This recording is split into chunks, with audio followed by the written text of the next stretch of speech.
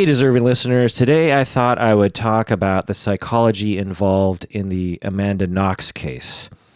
Amanda Knox. Hopefully you've heard of her. If you haven't, you're going to learn a lot about her. When this case was active in the media, I wasn't really paying attention to the news back then in the late zeros. So I barely knew anything about it until I looked into it this week. I remember back then hearing bits and pieces of the case in the news. I remember hearing there was this young woman from Seattle involved in some sort of drug-induced satanic sex ring orgy thing, and that someone was murdered in Italy. And I remember thinking, wow, this girl sounds like a monster. And then every now and then I would hear Amanda Knox come up in the news again, but it just didn't really interest me for some reason. It just seemed like tabloid crap and didn't really pay attention to it. And then this week I watched the new documentary on Netflix. And since I trust Netflix to give me things that are of good quality, I watched it, and it's actually pretty good. It's not amazing, in terms, it's not like Making a Murder or anything, but it's, worth a watch. And it's just, I think it's just like an hour and a half or something. So it's not a huge commitment. But it really explains the whole story in a concise manner, in a compelling manner. They have a lot of great interviews and visuals and stuff. Well, that's what I'm going to talk about today.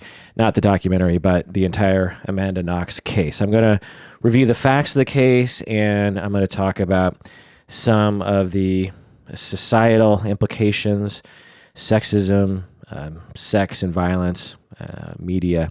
And then I'm going to end with a discussion regarding the research and psychology of false confessions, because there's a lot of research on false confessions. This is the Psychology in Seattle podcast. I'm your host, Dr. Kirk Honda. I'm a therapist and a professor. I just want to do a tiny little announcement here. The other day, there was a political ad. If you've been listening to the podcast, you know that recently we started adding ads to the podcast, and there's their organization, Blog Talk Radio, that actually finds all the ads for me, and they just tag it onto my podcast, and I don't have any control over which ads get tagged onto the podcast. So far, it seems to be a lot of Geico ads, which seem, innocent. But the other day, it was a political ad. It was actually a Trump ad, and it was shocking. I will sometimes just sort of see what ads are being played, and the other morning, I think it was Tuesday morning, I listened, and it was this Trump ad. It was, one of those classic political ads, like, I'm Donald Trump, and I approve this message. Let's make America great again. It was like a full-on Trump ad, and I just thought, oh my God, if it was a Hillary ad, I actually wouldn't prefer that either. I just don't want my podcast, our podcast, to have that kind of thing at the beginning of it. It just seems like Geico, okay, but politics, it just seems uncool. And so I immediately started getting emails from listeners saying various different things. Some people are like, oh, isn't that funny? You had a Trump ad on your podcast today. I just wanted you to know that that's just kind of weird. And then other people were saying, like, they're very upset. They're saying, how could you do this? This is terrible. This goes against everything that I believe in. I can't believe my favorite podcast did this to me. You're a terrible person. I mean, they didn't go that far, but anyway, so I just want to let everyone know that I, contacted Blog Talk Radio, and I was like, look, my listeners are having varied reactions, including some of them are quite upset about it. And they immediately got back to me and said, we're so sorry. The guy who would actually screen these ads and would normally not have political ads on our podcasts, he's on Jewish holiday today on Tuesday. And so he wasn't able to do that. And so that's why this happened. And so they immediately pulled all the ads, and then they got rid of all the political ads. And I actually didn't expect them to do that. I thought they would say, look, Trump paid us money to play these ads, and so that's just the way we're going to do that because, capitalism, that's how capitalism works.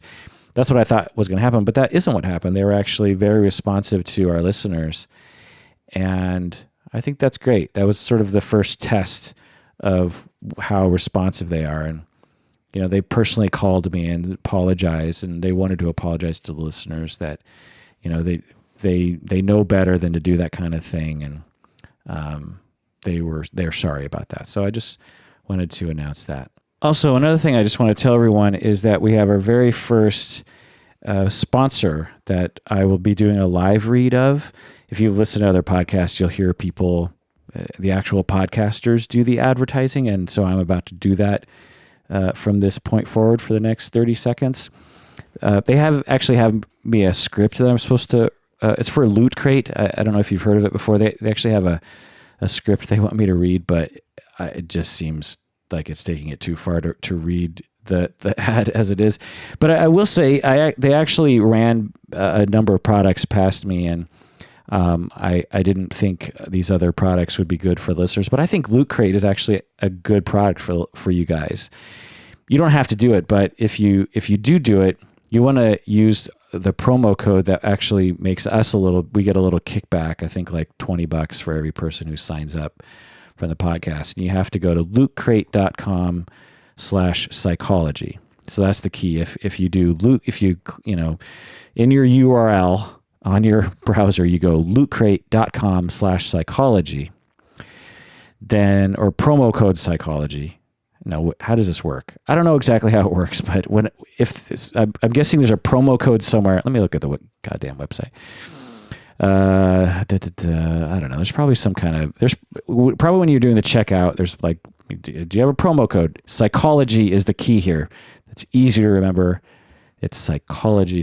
Okay. But Loot Crate, what is it? Well, I think it's kind of cool, and I'm thinking about buying it myself because it looks fun. You pay, I think, under $20 a month, and every month you get this box with cool stuff in it. Like there's like Bill and Ted stuff, there's Star Wars stuff, there's anime stuff, and there's different kind of crates you get every month. You probably already know about this product, but what I was thinking would be great is that, the holidays are coming up, birthdays are coming up. I think it's a great gift to people, Batman stuff, Dungeons and Dragons stuff. I'm seeing BB-8 here, video game, Fallout, Zelda, Warcraft, Nintendo, Adventure Time. That's fun. So they have a wizarding. So they have a Harry Potter crate. Anyway, it'd be great if you did that. You could give someone a gift, and also, you're giving us a little kickback. Again, I think it's like $20. So yeah, go to lootcrate.com, use the promo code psychology, and get your geek stuff. Also, I think they want me to tell you that there's a special thing for October about like, horror types of loot crates. And I don't know exactly how that works, but that seems kind of fun for October. Anyway, so that's my first read. My God, I hope this works. Okay, so let's get back to the topic at hand. I have a lot to say. So the documentary opens up with Amanda Knox saying something quite compelling, actually. There's a number of interviews with her that I think are quite moving. And she says, either I'm a psychopath in sheep's clothing or I'm you. And she elaborates on that. She's just like, either I'm some sort of monster, someone who is capable of doing horrendous things for no good reason, or I'm like you. I'm just like you, and this could happen to you. So you're either afraid of me as a psychopathic satanic killer, or you're afraid that, the thing that happened to me could happen to you. Either way, it's kind of scary. And I think that's why she thinks we're so compelled to her story as opposed to all the other stories that happen in the world. So this is the bookends of the documentary. They start off with this question, either I'm a psychopath in sheep's clothing or I'm just like you. And it's also the question that is asked at the end of the documentary. And so it would seem from this opening that the documentary will provide a kind of discourse between these two places. She's either a psychopath in sheep's clothing or she's an innocent person just like you. But really, the documentary, I think, clearly has an opinion as to the answer of the question that Amanda Knox asks at the beginning. And I think that it'll become clear as I present the information of the case, what the documentary was saying. So the information I'm about to tell you is all from the internet. It's from the documentary. It's from other news sources. So some of this might be wrong, but so I apologize in advance. Every once in a while, I do a podcast about this sort of thing, and I'll get one or two things wrong, and then I'll get blasted on the internet. Someone will listen to the entire episode and pick one tiny little thing I got wrong and email me. I mean, it's fine to do that. Just don't be a dick about it if you're going to point something out. I don't mind being corrected, but, imagine yourself giving working hard for weeks to develop a presentation. You give the presentation, and 99.9% of it is solid, and this tiny little detail is wrong, and then someone comes up to you after the talk, you're in a lecture hall or something, and they proceed to stand there and listen to you for 2 hours, and then they find one tiny thing, and they come up to you, and that's all that they say. Oh, by the way, that one thing you said, that was stupid, and then they just walk away. That's what the internet is like, people. Not all the people on the internet, but a good amount of people. Okay, so now the history. So let's go back all the way to the beginning of Amanda's life. I'm not going to go into too much detail because I actually don't know that much, because I couldn't really find that much about Amanda's childhood and her upbringing or anything. From all accounts, it seems like she had a total normal, uneventful childhood. So she grew up in West Seattle. For those of you who aren't from the area, West Seattle is a part of Seattle proper. It's like a borough, shall we say, a neighborhood in Seattle called West Seattle. It's a pretty big neighborhood. It's one of the major neighborhoods in Seattle, and it's a suburb of downtown, and it's southwest of downtown. It's one of the main hills in Seattle. Seattle has a number of big hills, not big, but hills, and West Seattle is one of the main hills in Seattle. There's a lot of fancy houses up there, not super fancy. I mean, now they're probably worth like $2 million given the prices of homes in Seattle, but they're a lot of them were built 100 years ago. A lot of them have been renovated. They have those kind of nice porches on the front, and I don't know if they call them craftsman homes, but anyway, it's not all like that. And they have like cute little shops and stuff. Some of my favorite restaurants and shops and bakeries are up there. There's a long beach front. I used to go there every weekend to exercise. People play beach volleyball there in the summer. Kids have bonfires. There's scuba divers. There's a lot of people get wedding photos in West Seattle because you can look across the bay at downtown. And so you have this wonderful, actually the beginning of Psychology in Seattle until recently, the intro for the YouTube videos was a shot from West Seattle looking across the bay at downtown. There's a lot of seafood restaurants over there. Anyway, so she grew up in West Seattle. I couldn't find much about her childhood, and maybe more will come out later, but this is all that I could really find that was relevant. She was born in 1987 in Seattle. Her mother was a math teacher. Her father was one of the vice presidents at Macy's of finance, so he was doing pretty well. The parents divorced when she was a toddler. She was middle class. She played soccer, and if you're familiar with soccer, at least in the Northwest, I see a lot of people, maybe girls' soccer teams, they often will have nicknames. I think it's sort of a thing. Maybe it wasn't at my high school, but I feel like a lot of schools, whenever you get a chance to have a jersey with your name on it, a lot of times it's a nickname, some sort of silly nickname. And her silly nickname, since her name was Amanda Knox, was Foxy Knoxy. So she's playing soccer as a young teenager, and everyone has their own little silly nickname, and she had this nickname, Foxy Knoxy, and that'll come up later in a big way. She graduated from Seattle Prep High School. It's a fancy private school, not super fancy, but, private school. on North Capitol Hill. It's actually right by one of my friends' houses, and I would park in front of Seattle Prep all the time. And incidentally, it's near Macklemore's house on Capitol Hill, if you're familiar. Then she went to the University of Washington to study linguistics. That's where I went, UW.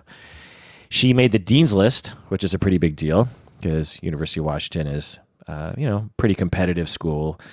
It's one of the harder schools to get into in the area, and to actually make the Dean's List is a pretty big deal. I was nowhere near the Dean's List when I went to UW. She apparently partied like a typical UW student. They have all the drinking and the sexing and the young people things that happen in college that I participated in as well when I was at UW. Friends would say that she was kind and gentle, which after experiencing her in interviews and in this documentary, I can see how she would come across to people as gentle and kind. A little obnoxious. They have some, but she's young, so whatever. Her family described her as being outgoing but naive. So outgoing but naive. So let me just speculate a little bit on her childhood. I think that she was raised in a fairly protective manner. I think that her parents didn't expose her, probably, for the better, really, to a lot of bad things in life. And so from the looks of it, by the time she was at the University of Washington, she wasn't an old soul. Let's just put it that way. I think she had a little bit of an immaturity to her. Maybe it's normal, a level of immaturity for that age, but she definitely didn't come across like she was wise or that she was very responsible or really knew who she was yet or anything like that. So as part of her linguistic degree, about halfway through her time at the University of Washington, she decided she wanted to go to Italy to study at the University for Foreigners as an exchange student there for a year. She was planning on going there for a year. And I just love the name of that university. I'm sure it has an Italian name, but I think it's translated into the University for Foreigners. So it's so descriptive. Makes me wonder what their mascot is, like just a foreigner. I don't know. Her stepfather, incidentally, didn't want her to go to Italy because he thought she was too naive to travel by herself. So again, just that naivete to comment on. In the documentary, she describes how she was basically feeling like she needed to grow up and she felt dependent on her family.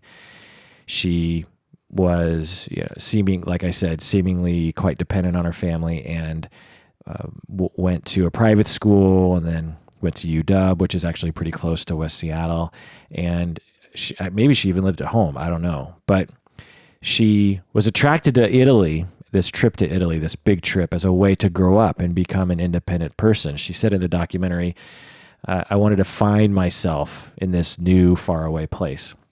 And this is a common thing for people to do. It's not unhealthy to do it. It's a bit of it can go wrong, obviously, but if you feel like you can't really grow up without, so a lot of I've run into this with clients in my personal life before. There are people who feel like the only way they can really individuate and differentiate is if they move far away for a long period of time. They want to just be free from the influence of their family. And, there's wisdom to that. There's also some folly to that, but some wisdom. Okay, so she goes to the University for Foreigners, and it's this small, attractive little hilltop town in Italy. And Amanda finds herself roommates with Meredith Kircher, who was also an exchange student, but she was from London. She was also Meredith Kircher was also studying linguistics as Amanda Knox. And Meredith and incidentally Amanda are both good-looking young women. attractive young women in a foreign land, roommates together. And Meredith looks half Persian. I think her mom is Persian or Pakistani or something along, or Indian perhaps. But Meredith has that kind of, like myself, a halfy kind of look to her. Anyway, within a short amount of time, Amanda got a job at a bar, and also within a short amount of time in Italy, this is all within like the first month or something, she met Raphael Sollecito, Raphael. At a concert, she met him, and they instantly fell in love. Incidentally, just fast forwarding here, their relationship was only for 5 days. I mean, sometimes if you're familiar a little bit with the story, you're just like, oh, she had this boyfriend. Well, their relationship lasted for 5 days, because 5 days later was when the murder happened. So they had this 5-day relationship, and it's just interesting to learn that. But anyway, so both of them, Raphael and Amanda, said that they had never really been in love before. This was the first time that they'd ever been in love. And you can tell from video footage of the two of them and the way that they talked that they were falling head over heels for each other. This very nice, shy, inexperienced Italian boy, and this naive American girl from Seattle in a foreign land, and she meets this cute guy, and they're just all over each other. And they said that they spent all their time together, and they would smoke pot, and they would make love, and they just 5 days of relationship bliss. So 5 days later, Amanda was supposed to work one night at the bar, but her boss, Patrick, whom I'll get into more in a second, her boss, Patrick, texted her and said that she wasn't needed at the bar. So Amanda spent the night at her boyfriend's instead. And Amanda and Raphael both talk about how they spent the night together, and they made dinner, and they made love. There's a lot of very descriptive making love stories. And again, the way they say it, even at their age now, which is a lot older, I think, they're in their late 20s, they just have a kind of naivete about the way they even talk about life. You just have to kind of see them they seem like younger than they actually are, Anyway. Okay. So November 2nd, 2007. So this is the day after the murder. Amanda returns home at noon the next day. So she spent the night at Raphael's.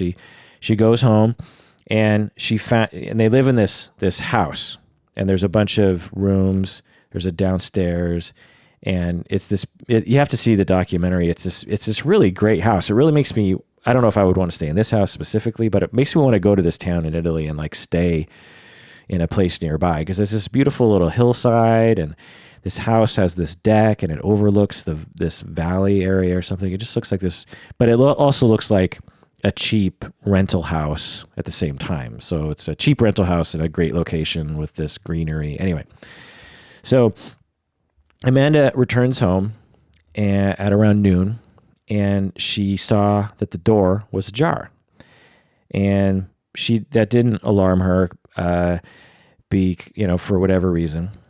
And then she went inside, she got undressed, and she went to the bathroom because she wanted to take a shower, and she saw some drops of blood in the sink.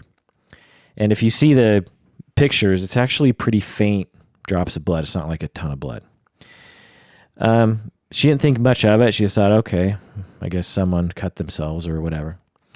And then she takes a shower. And after she showered, that's when she saw more blood on the bath mat. And they show a picture of it. And, it's pretty noticeable red blood on a white bath mat. It looks like a footprint. And this doesn't look like, oh, someone just cut themselves. This amount of blood looks like something was wrong, It looks like a crime scene. Let's just put it that way. But she didn't think much of it. She saw the blood there and she thought, well, I don't know what that is. And then she proceeds to blow dry her hair. And then she looks in the toilet and she sees some feces, some poop in the toilet. And they show a picture of this in the documentary. It's pretty gnarly. The poop is not in the water. I think it's like up on this. It's like you have to see it. It looks like, if I saw this, I would have been like, holy shit, someone destroyed my toilet. Why didn't they fucking flush it? But anyway, she looks in the toilet and she just sees this, toilet destroyed by somebody. And then that's when she said that's when something occurred to her, like something was wrong. And she felt the creeps, and she felt like someone might be in the house. And I just find this to be fascinating because, the door's ajar, a little bit of blood on the sink, takes a shower, steps out of the shower, a little, more blood on the bath mat. She doesn't think of a single thing. And then she sees poop in the toilet, and then she starts feeling creeped out. Because to me, it's like, logically, poop in the toilet, okay, someone pooped in the toilet, didn't flush, no big deal. But blood everywhere and the door ajar, it seems like that would add up. But I'll get more into that later. So then she gets creeped out and she leaves and she runs to Raphael. They both return to the house and he immediately sees a big mess in the house, as if there was a break-in or some sort of scuffle. And he was surprised that Amanda didn't react and instead just took a shower. So he pointed out that he thought it was weird that Amanda didn't do anything. So they decide to try Meredith's room because Meredith, the roommate, Meredith Kircher, the English exchange student, Amanda's roommate, her bedroom door was closed. And so they try Meredith's room. They knock on the door. There's no answer. Raphael tries to break the door down. He can't break the door down. And so then Raphael calls the police, and they send the police, and 2 officers arrive. And reportedly, these were postal police officers who usually only investigate postal crimes, not murder investigations. I don't know if that's a factor, but I don't even know if that's true, but I read that somewhere. The police officers entered the apartment to investigate. They kicked down the door to Meredith's room, and inside they found Meredith's body on the floor, dead, covered in a duvet that was soaked in blood. And then they called for more backup, and a ton of police arrived, just tons of police and investigators, and the media arrives. And as the story comes out, the public starts to question what's happening, and the prosecutors and the investigators start asking all these questions. They start saying, like, why did Amanda leave the house without checking with Meredith? I mean, if she walks in the house, door ajar, multiple places with blood on it, poop in the toilet, why doesn't she just knock on Meredith's door? Why does she just bolt? Okay, so that's, one. So all this is like trying to point at the fact, that a lot of people thought that Amanda did it because of the way that she reacted in this situation. Why did she take a shower? How did she not notice that the house was in disarray when Raphael totally noticed it? How could she shower with blood in the bathroom? And why would the poop cause you fear when the blood didn't? And at first I had the same questions as I was watching the documentary. I was like, what? What's going on here? But after getting to know her and after seeing the pictures of the blood, I think she was just naive, immature, young, and she wasn't used to paying attention to stuff like that. I think she just sort of comes across as kind of an oblivious person, honestly. Not stupid, but just not very worldly, If you come from a totally protected West Seattle, private school world, and you see a little bit of blood in the bathroom, my guess is you're just going to think, well, I'm sure there's a logical explanation for that. And so, or even it's not my problem. When you're young, you don't tend to look for reasons to take action. You just see, oh, I notice blood. Okay, moving on in life. As you grow up and mature and you see blood, you take on the responsibility for finding out what happens. And so I think she was just immature, and she's in a foreign country. She just moved there. She has no idea what's happening. And I could absolutely see her not really putting the things together, because now we all know that Meredith was dead in the room next to this bathroom, or near this bathroom in this house. And so it all makes sense to us because we know. But just imagine yourself, right? You live with a bunch of other people that are coming in and out of your house. I mean, I don't know how many people lived in the house, but you're in college. People leave the door ajar sometimes. And if it's nice out, just, I don't know, it's the middle of the day, no big deal. You walk in, you see a little bit of blood in the sink, a couple drops. Okay. No big deal there. People, get cut sometimes. You see a little bit more blood on the bath mat. Okay. I mean, does your brain go to, there's been a bloody murder in my house? No, of course not. If this happened to you, unless you have some kind of weird radar when it comes to murder, my guess is you just think, oh, there's someone cut themselves.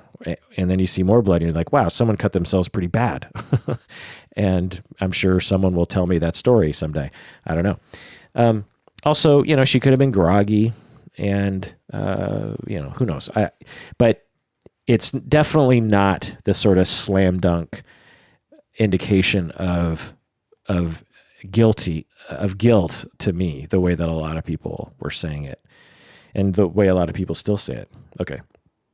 So the police arrive and they investigate, and they find signs that Meredith, the English exchange student who was murdered, that Meredith, she was held down and she had this deep cut in her throat. There's a lot of things about this case that remind me of the O.J. Simpson case, actually. So I don't think it was as deep as the O.J. Simpson case, but it was very deep. And the body was covered with a duvet. So someone killed Meredith, and then they took the blanket from the bed next to her and just put it over her. And there was lots of blood everywhere, and she was semi-naked. They also reported she had little nicks in her chin from the knife, as if someone had been taunting her, putting the knife up to her chin and saying, don't say anything, or, whatever, or maybe even torturing her. I don't know. The police immediately started to think of Amanda as a suspect because they thought that she was acting inappropriate. But honestly, I couldn't see that, because they have, for whatever reason, they have video footage of her hanging around the home right after the murder as the police are there. I think the police arrive, then either a police person is videoing or the media is videoing or something. And I don't know, she didn't seem, quote unquote, inappropriate. So, and I just want to put this into context, because I think the little bit I did know about this case, I thought that Amanda and Meredith were like pretty close friends, but they'd only known each other for a few weeks. And so they really barely knew each other, honestly. Okay.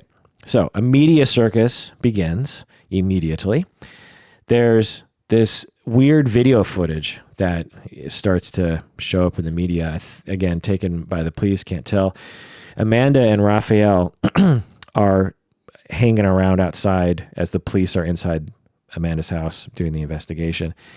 And Amanda looks sad and she looks scared, but they're both very, very close. They're like face to face, and they're comforting each other and they're kissing. If you didn't know the context, you would think that they were making out. You would think they were having this romantic moment and they were making out. But you look a little closer and you see that Amanda looks kind of scared and Raphael looks like he's taking care of her.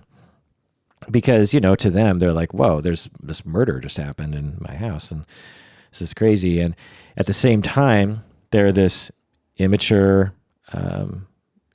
traumatized young couple that have just completely fallen head over heels in love with each other. And so they do what they do in all cases, and regardless of what they're doing, and they decide to turn it into an affectionate moment. Also, again, when you look at this video footage just without understanding the context, it looks as though Amanda's acting kind of weird. I mean, why would you be making out essentially with your boyfriend? They're not making out, but it kind of looks like that. Why would you be making out with your boyfriend directly after learning that your roommate was just brutally murdered? I mean, that just seems like weird behavior. Well, Amanda, at this point, she's all alone. Her family is halfway across the world, and her one friend, Meredith, is dead. And so she is looking to the one person she can really depend on that's physically there, which is this boy she's fallen deeply in love with. And so they're embracing each other, trying to hold on. But of course, in the media's eyes, she was obviously guilty, because who would kiss her boyfriend directly after the murder of your roommate? And I also want to just pause and point out that in the documentary interviews that happened, I'm guessing this year, all the way back to video footage that have her in high school, and then just all the different video footage of her, regardless of context, she has a kind of weird looking face. Not that she's ugly, but she always has kind of a weird expression on her face. And I think that actually hurt her in a lot of ways, because she has a kind of odd way of expressing herself.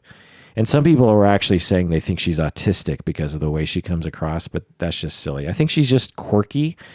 And I think she's a little unsure of herself. I think she seems, and I don't know because I'm not talking to her, but from a lot of the video footage, regardless of what emotional state she's in, whether she's sad or happy or just talking, or if she's celebrating some legal victory, she always seemed to have kind of a weird expression to her that feels like a little creepy.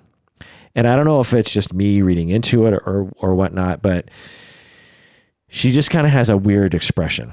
Let's just put it that way. And whenever Raphael, because there's a lot of similar footage of Raphael, and he's in similar contexts, like in the legal situation and these interviews, Raphael doesn't have that sort of creep factor at all. When he's talking, you just feel like you're talking to a regular person. But there's just something a little off about Amanda. Now, that does not mean that she's guilty of brutally murdering her roommate for no reason. It just, I think it's a factor in the way that the media react, in the way that the public reacted to her. Okay. So incidentally, they show some footage of later. So I don't know how long later, maybe even a couple years or something. Amanda Knox is being interviewed on 2020 by Diane Sawyer, the famous Diane Sawyer of 2020. And Diane Sawyer is saying, quote, "You can see this does not look like grief. It does not read as grief." And then Amanda replies, "I think everyone's reaction to something horrible is different." I'm writing a book right now about grief, and I give a lot of lectures on grief these days. And this is just yet another example of how whenever there's a high-profile murder, there is often this assumption that there's this right way to react after loss or after trauma.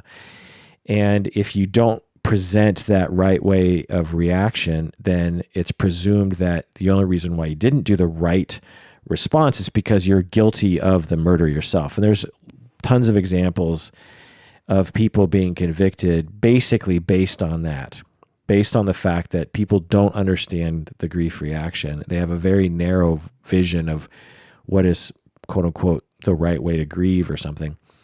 And if you don't do it, then it's because you're guilty of actually murdering the person, or you're some kind of cold-hearted person. And so Amanda was guilty, or not guilty, she was a victim of that kind of ridiculousness. Okay, so then the investigation begins. And immediately it's clear that the cops and the prosecutor and the police and the government are terrified of looking like fools in the media. Apparently, there was some sort of high-profile legal case just a few years earlier, 5 or so years earlier, that the police in this town in Italy were humiliated over, I think. I read that somewhere. And so not only are they on the heels of that humiliating situation, but there's just, for whatever reason, just tons of media attention on this situation. And so they're terrified of looking like fools. But, these are small town prosecutors and stuff. They don't have the big city resources. Okay. And this is a major element in all that is about to happen to the story. If there wasn't the media attention, my guess is his story would have gone a very different way. Or if there wasn't so much pressure from the community to find someone right away, this whole story, my guess, would be completely different. But there was a lot of pressure, and the police, even during a press conference, publicly, the police chief talked about how there was a ton of pressure from the media was being put on them to solve the case right away.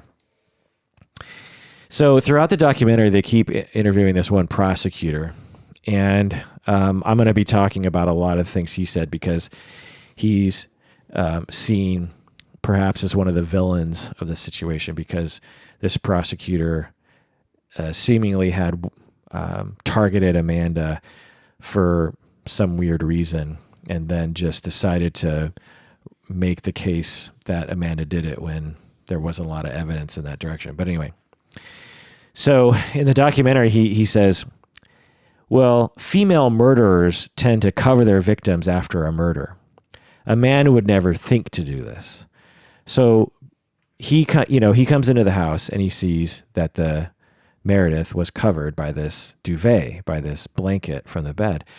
And the prosecutor immediately thinks, oh, clearly this must be a female murderer because men would never do this. Right off the bat, you just have to, now I'm not a prosecutor, I'm not an investigator, but I have to imagine that statement has to be pretty stupid to anyone who knows anything about, crime. Maybe there's a tendency for women to do that more than men. I don't know. But I can't imagine just looking at a blanket covering the body of a dead person and going, oh, we have a female assailant here, clearly, because men would never do that. That's just, men don't do that. It just seems like a sign of amateurism or stupidity, or I don't know what, but just something was wrong there. The prosecutor and the investigators, they quickly conclude that this was a staged break-in, that there was no evidence of anyone climbing the walls to get in the house, that someone must have been let in the house and nothing was stolen. So the little evidence of a break-in that there was, it must have been staged. So they ask Amanda to come to the home and answer some questions. They want to find out about the knives and this sort of thing. And Amanda says that as they're questioning her about the death of Meredith, I think they told her that Meredith had her throat cut very severely by a knife. And it sort of hit home with Amanda what had really happened to this person.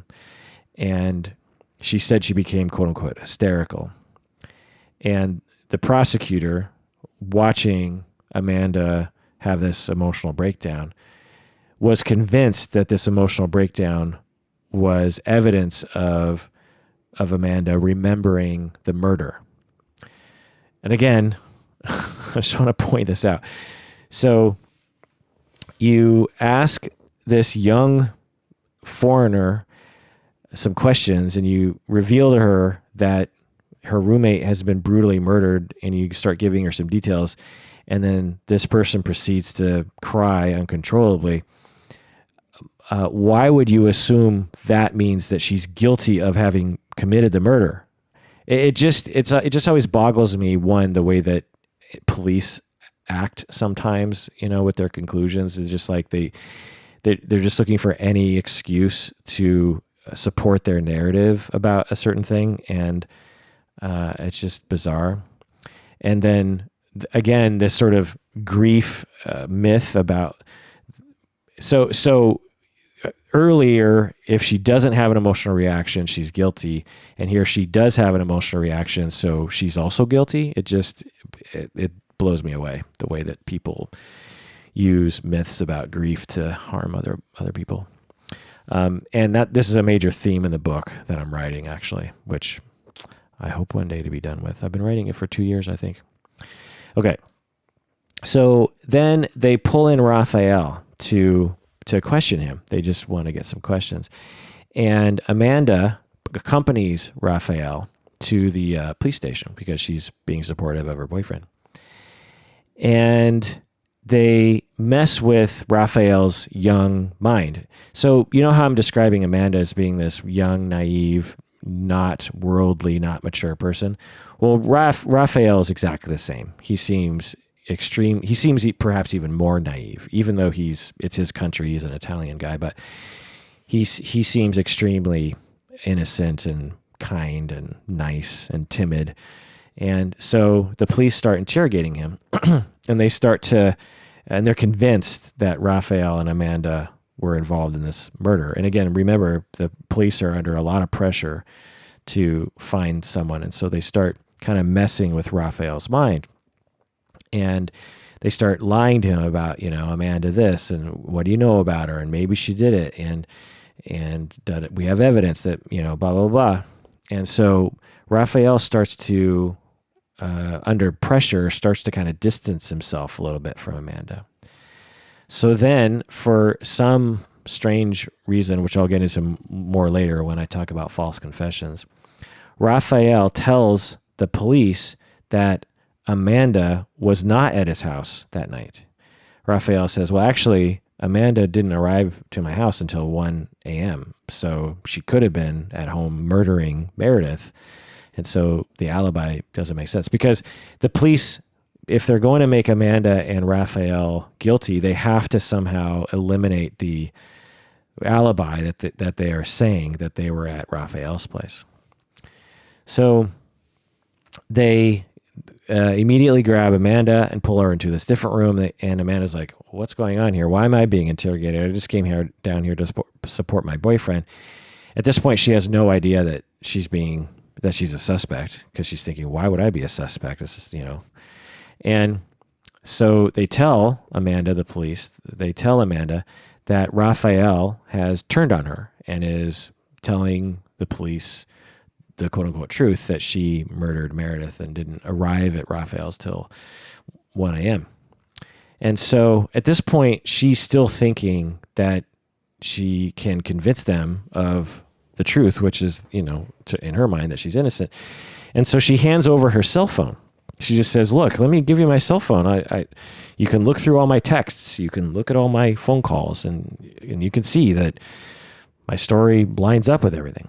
And they find this one text message from her boss, Patrick. And remember, he texted her and said, I don't need you to come in to work today, because I just don't need you to come in, so don't come in. And so they start laying into her, and they get aggressive. They interrogate her for, one report said something like 14 hours. Another report said a number of days, but anyway, 14 hours plus. They start hitting her in the back of the head and saying, tell us the truth. You got to remember what happened, and we don't believe your story. They don't give her food. They don't give her water. They don't let her go to the bathroom. She asks for a lawyer. They say, no, that's only going to hurt you. We're not going to let you talk to a lawyer. And, they're being aggressive. They're in her face. And they're saying, was Patrick involved in this? And why were you texting Patrick? And she's like, I was texting Patrick because he's my boss, and he said I shouldn't come in. And they're saying, it must have been you. You must have did it. And your boyfriend, Raphael, and you did it. You must have done it. And then she says that she broke. She told a story that Patrick, her boss, who just happens to be black, by the way, Patrick, she tells a story that her boss, Patrick, killed Meredith while Amanda watched. So she was there with Patrick as Patrick killed Meredith. And I think she might have said Raphael was there too. So Patrick, Raphael, and Amanda are all charged with the murder of Meredith, and they're all detained or incarcerated or something. So then the real initial media circus begins, and either the investigators leak information or the investigators just overtly start telling the press certain details. And the press start, publishing, and the documentary really describes this process very well, I think. But the press really goes with it. They really run with the information, and they say, oh, Meredith, it's not only just this murder of this foreign person in Italy, this English woman in Italy, but there was a sex orgy, some sort of sex orgy thing that was going on. And this is where I'm like, there was no evidence of that. So it's like, she was naked, so I guess perhaps she was raped. But anyway, so they start piecing, they're like, okay, we got a half-naked dead girl. We've got a bloody bra that was off of her. We've got this American woman. We've got this Italian boyfriend. And we've got this bar owner, Patrick, and I can't remember what country he's from, but he's from some other country other than Italy. And they're saying it's some sort of sex game gone wrong, or it was sex torture involving all the, some sort of cult ritual, sex killing, something. And the media publishes in a documentary. There's all these interviews with one of the most notorious journalists on the case, Nick Pisa. Nick, he's an English guy, I think. Seemingly, he wrote a lot of the most dominant speculative stories that were getting a lot of attention. I think he was making up things like Meredith was killed for refusing sex, and they started labeling her as a man-eater, that Amanda, came to Italy to, enact her terrible psychopathic ways.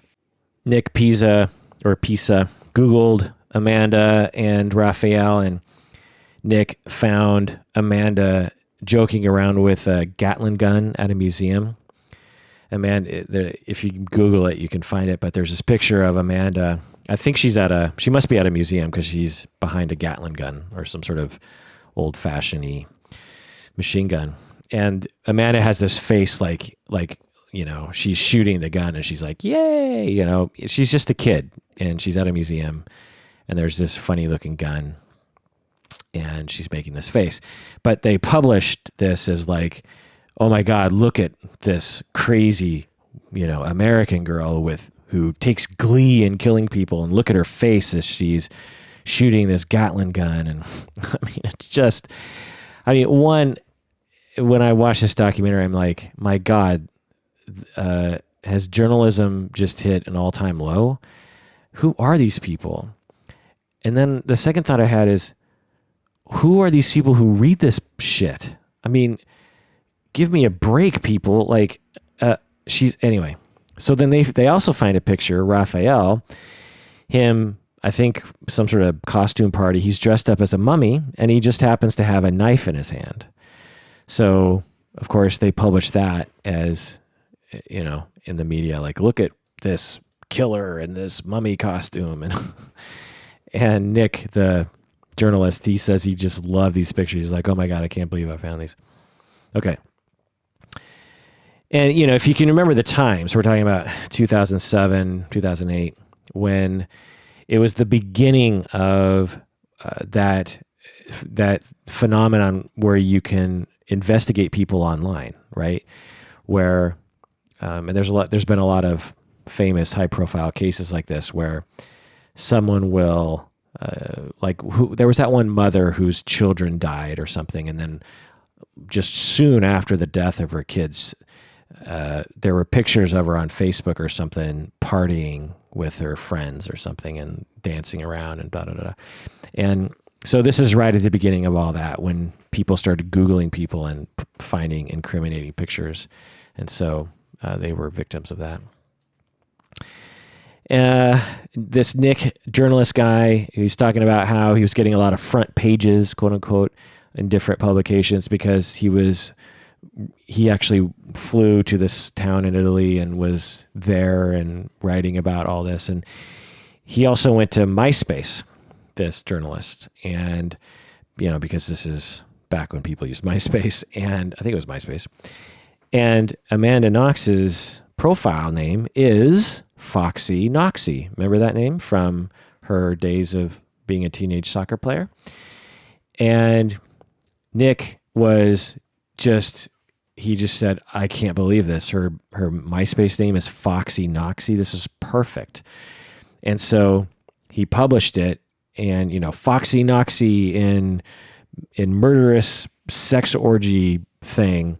And the name Foxy Knoxy stuck, and around the world in the different publications, they're referring to her as Foxy Knoxy, which I just find to be just really gross. There's so many gross things about the media and about the prosecution in this story. It's just really gross. I mean, I understand if you're like some kind of like sixth grader and you're some immature boob of some kind, but you're a grown man, you're a grown person. You should have professionalism, or you should at least have some integrity, or at least some worry about how this is coming across.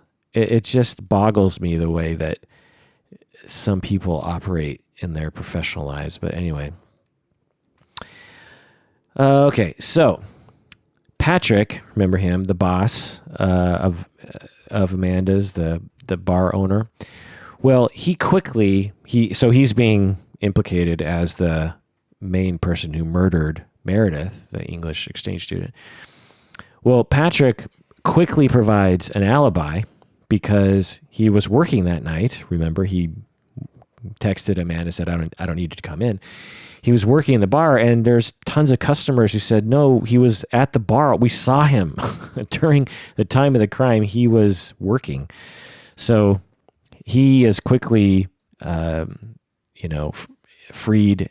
And so now they're just down to Amanda and Raphael as the suspects, and they're still incarcerated. And so the Italian government, they test her blood for some unknown reason. And I think maybe to get DNA samples, not sure. But they tell her that she has HIV.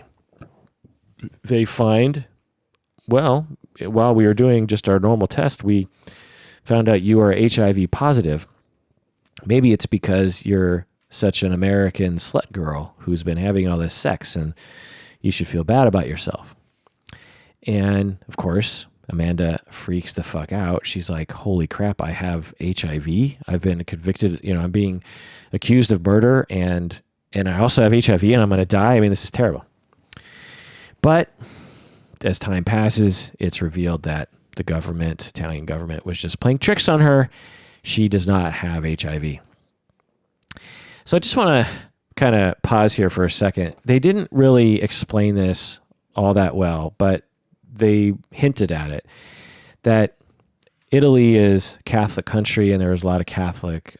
Is Italy entirely Catholic? I don't know, but there's a lot of Catholicism interwoven into the documentary. The prosecutor said he was Catholic, and they seem to be kind of hinting at, even in the people as they're being interviewed, that, Catholicism has a very has a lot of fantastical elements to it. Now, are all Catholics, the same? Absolutely not. There's millions of Catholics around the world, and a lot of variation in how they think. But if you look into Catholicism and its belief system, there's angels and demons and possessions and exorcisms and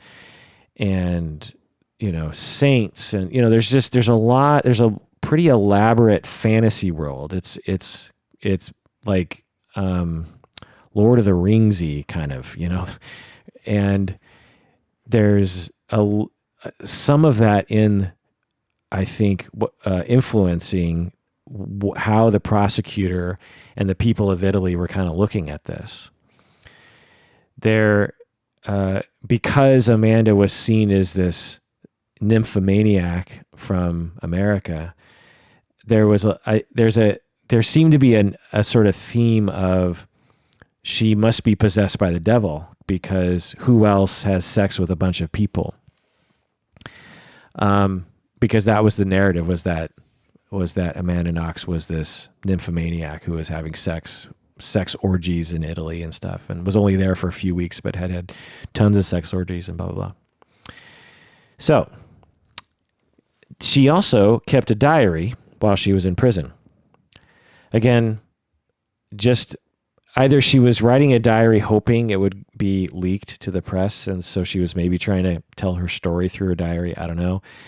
But I think more likely is the case is she was alone in prison, didn't have anyone to talk to, and so she just started writing, which frankly I could see myself doing if I was in those shoes. But again, the naivete that she could keep the diary secret, because the diary was leaked to the press, and the press got their hands on it. This Nick, a piece of guy, gets his hands on it, and he starts publishing things from it. And the documentarians, when the Netflix documentarian people, they ask Nick, the journalist, how did you get your hands on this diary? And Nick says, we never reveal our sources. That's not good journalism. You don't reveal your sources.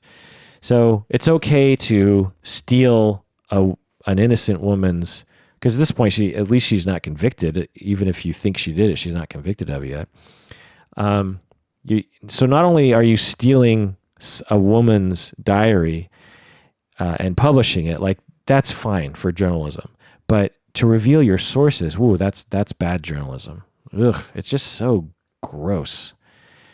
And so he starts, and other journalists start publishing things from this diary, and they start summarizing and saying that Amanda is perverted, quote unquote, and that she had many lovers. They're saying, look at her diary, and she talks about all the men she's had sex with, and she's some sort of she's out to have as much sex as she can with as many men as she can. She's some sort of crazed nymphomaniac, murderer, sex orgy person, satanic, devilish person.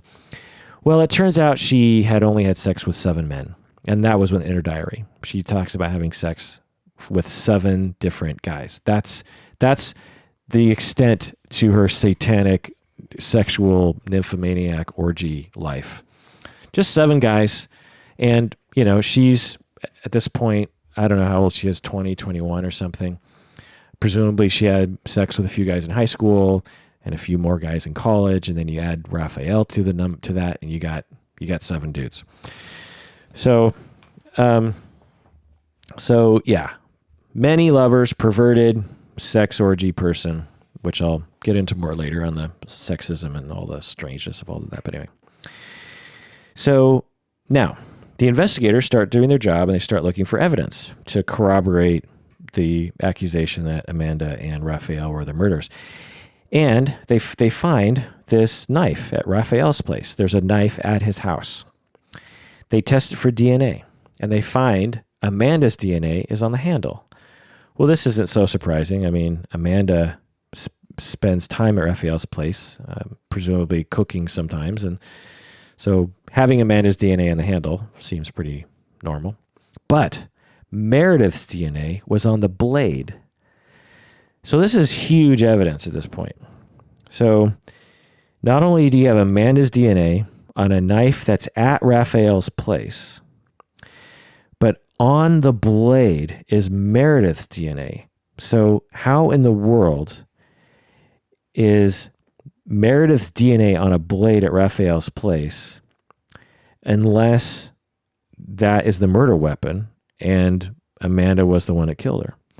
So it's pretty incriminating at that point. And now, everyone is like totally convinced that Amanda is the murderer. They also find this bloody bra clasp. So the Meredith, when she died, next to her was her bra, and the bra clasp, the clasp in the back, was ripped off and was a little bit away from the bra itself. And they found this bra clasp, and they tested it for RNA, and this is at the scene of the murder, and Raphael's DNA was on it. So we have a lot of DNA evidence now pointing at Raphael and Amanda as being there being the murderers. But the police are convinced that there's a third person. For some reason, there's evidence that, maybe there's other DNA they can't identify or fingerprints and some stuff. So they start investigating this guy named Rudy Guede. He's from Ivory Coast. He was spending time in this Italian town. And they discover that rather recently he traveled to Germany. So directly after the murder, he mysteriously decides to travel to Germany. And they look into his criminal history, and he has a number of burglaries, or at least one burglary, or I don't know. He's been convicted of burglary. Okay. So then they somehow get an informant to call Rudy and have a conversation with him, like one of Rudy's friends or something. And they record this Skype call, and it's all in the documentary. It's really fascinating. And Rudy says that he was with Meredith the night of the murder. So he's talking to this informant. He's like, yeah, I was with Meredith that night, the night she died.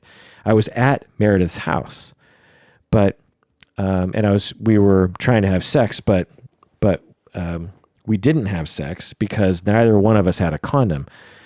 So because we weren't going to have sex and we didn't have a condom, I decided to go to the bathroom, and that's when I took that poop in the toilet. So that poop in the toilet is Rudy's poop from Ivory Coast. That's his poop.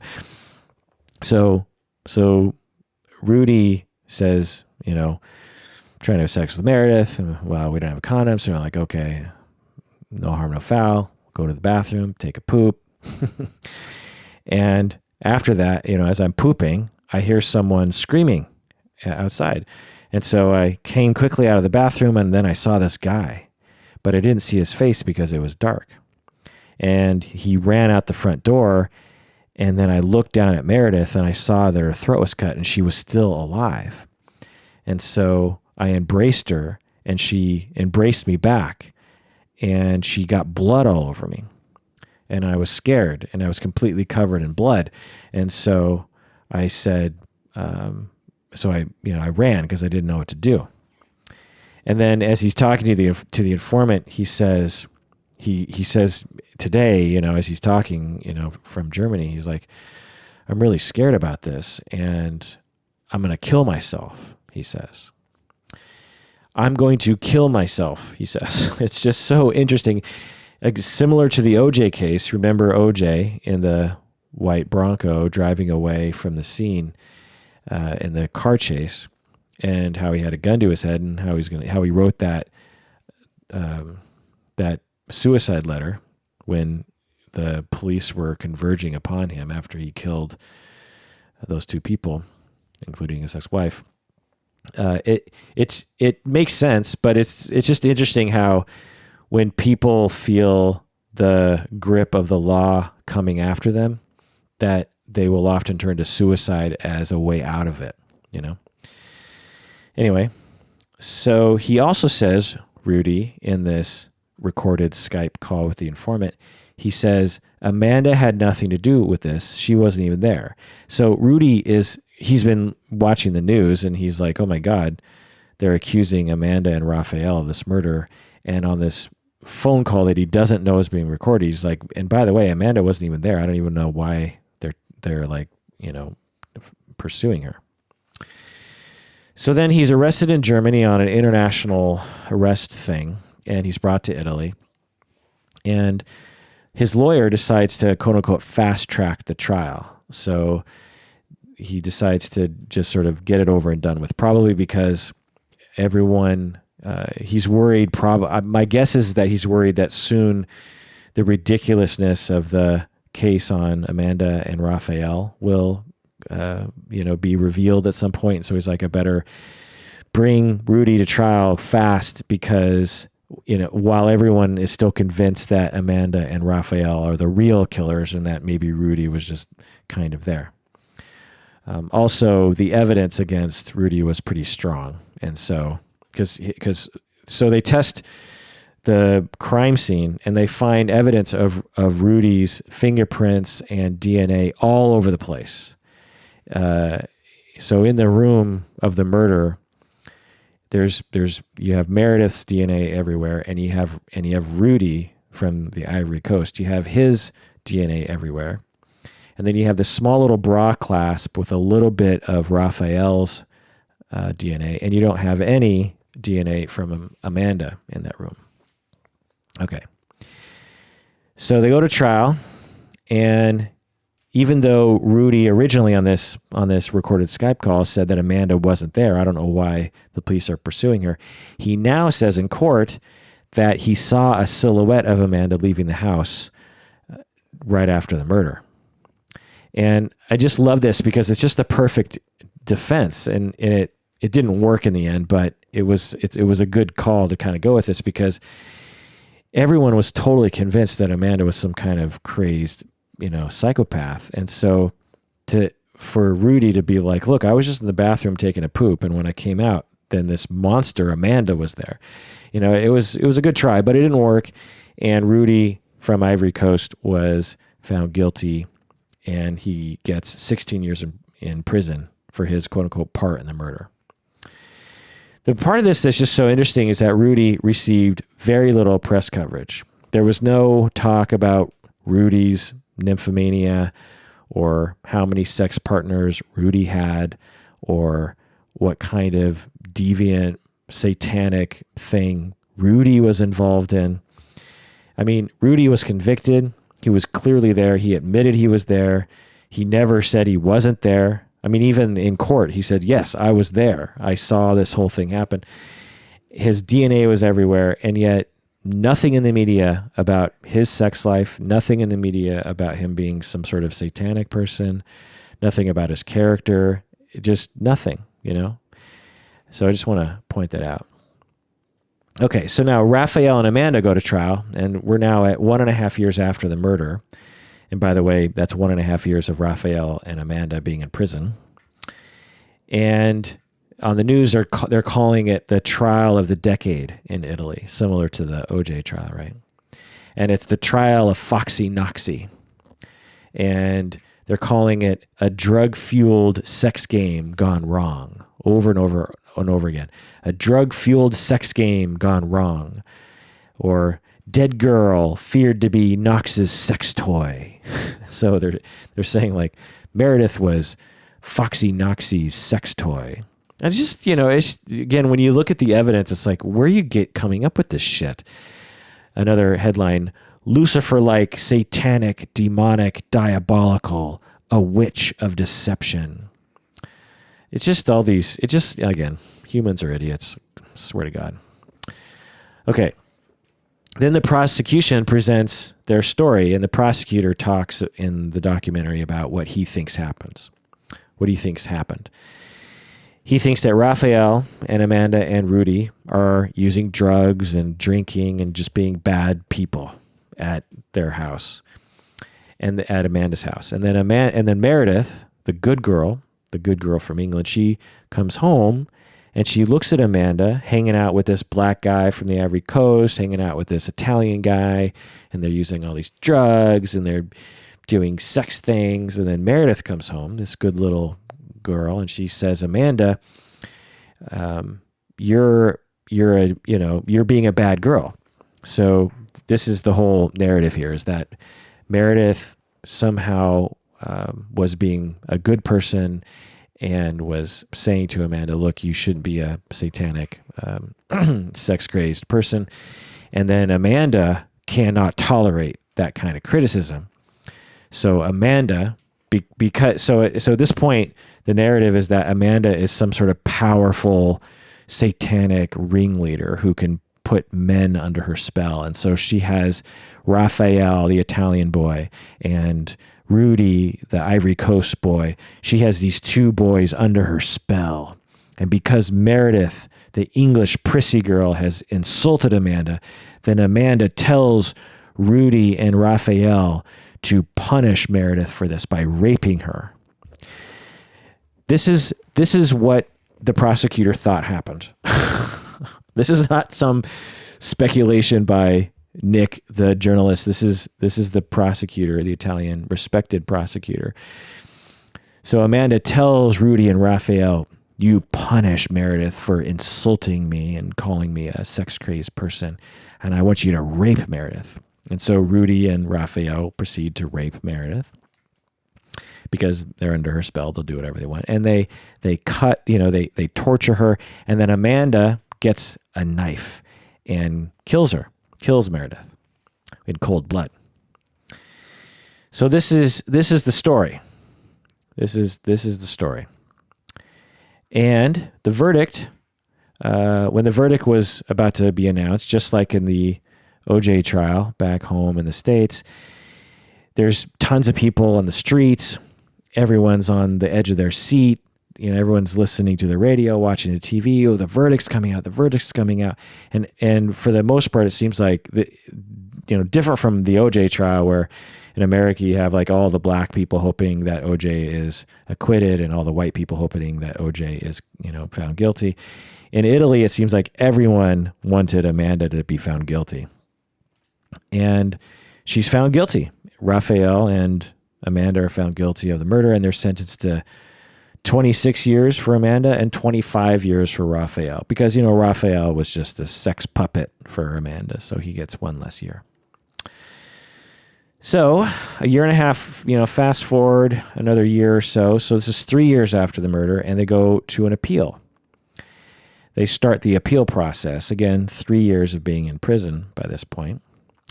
They reevaluate the DNA evidence on the knife and on the bra clasp. And long story short, essentially, when experts from the big city come in and start looking at the practices that the police were using to investigate, and they found that there were all sorts of contaminations to the DNA. The bra clasp could have been touched. They even have video of it being touched, And so they completely destroy all the DNA evidence. And it wasn't like the OJ trial where it's just like kind of dubious arguments. The arguments against the DNA was actually pretty compelling. And so they destroy the DNA evidence. And again, more media circus starts to happen now. Now, the narrative in the States is that Italy botched the investigation, and there's this really awesome clip in the documentary of someone interviewing Donald Trump. And Trump is saying that the president should get involved. So the president at this point is Barack Obama. And so Trump is saying, the president should get involved. And we should boycott Italy now because of this terrible thing that they are doing. So it's just funny that, given today's landscape, it's like you have Trump saying that. Anyway.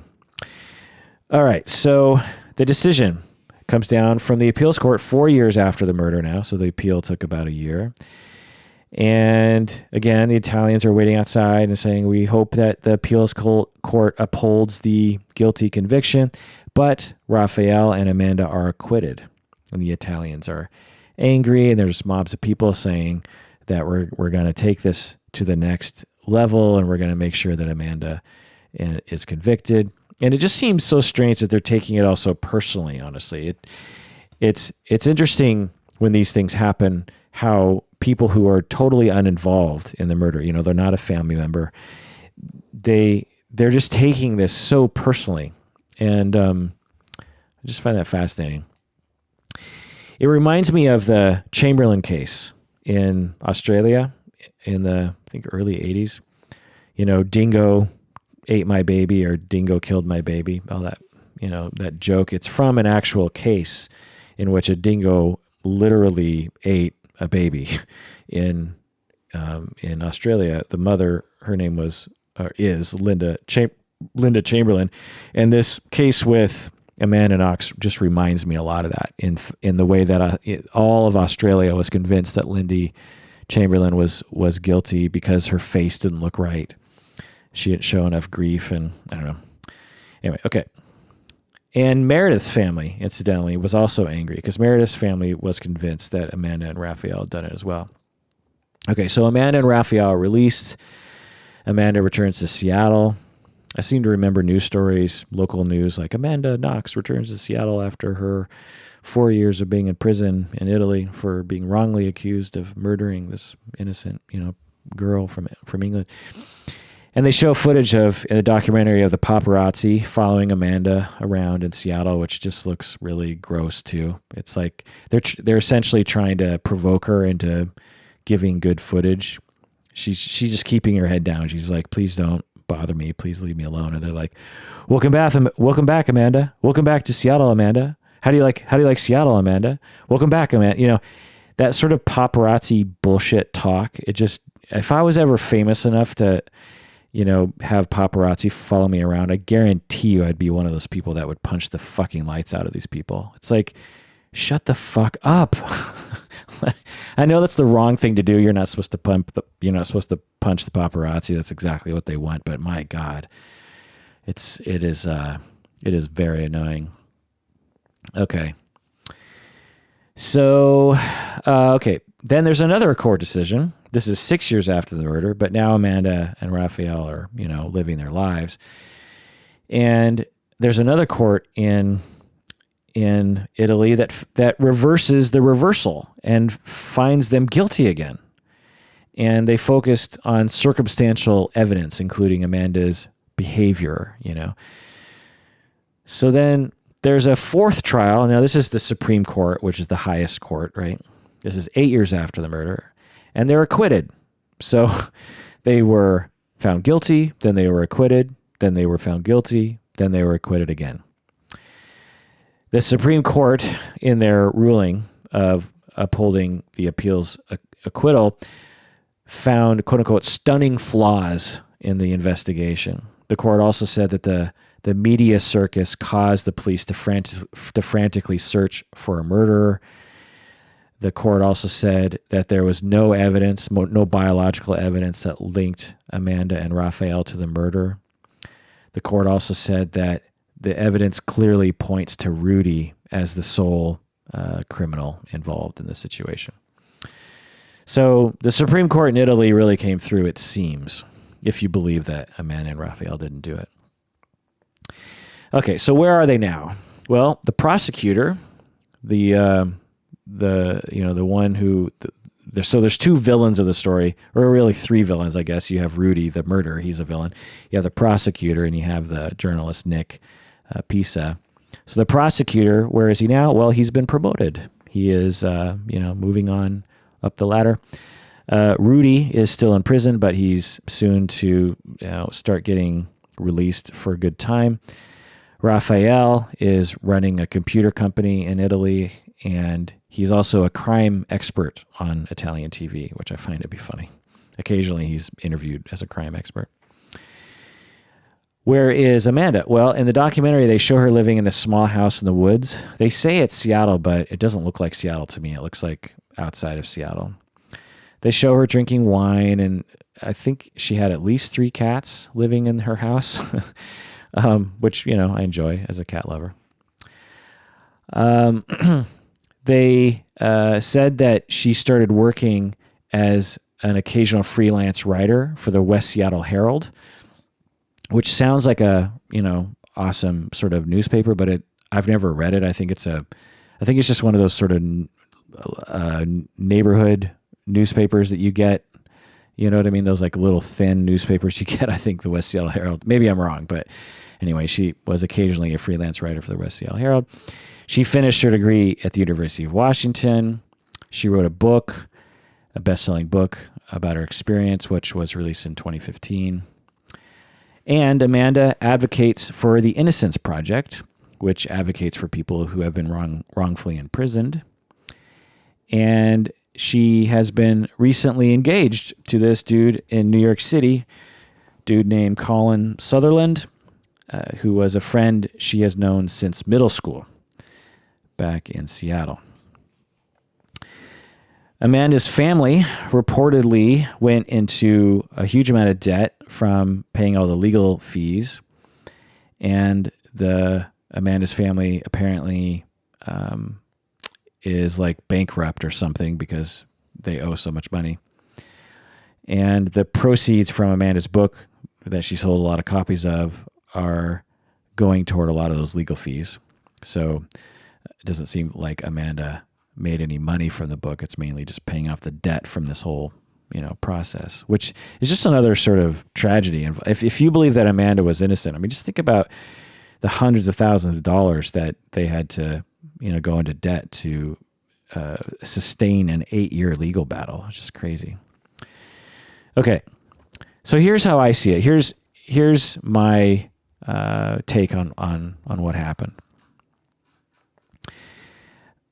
You have this very naive girl from Seattle, and she's in a foreign country.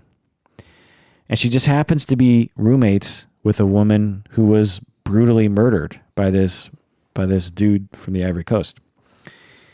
And Amanda, she's like swept up in the media and police frenzy.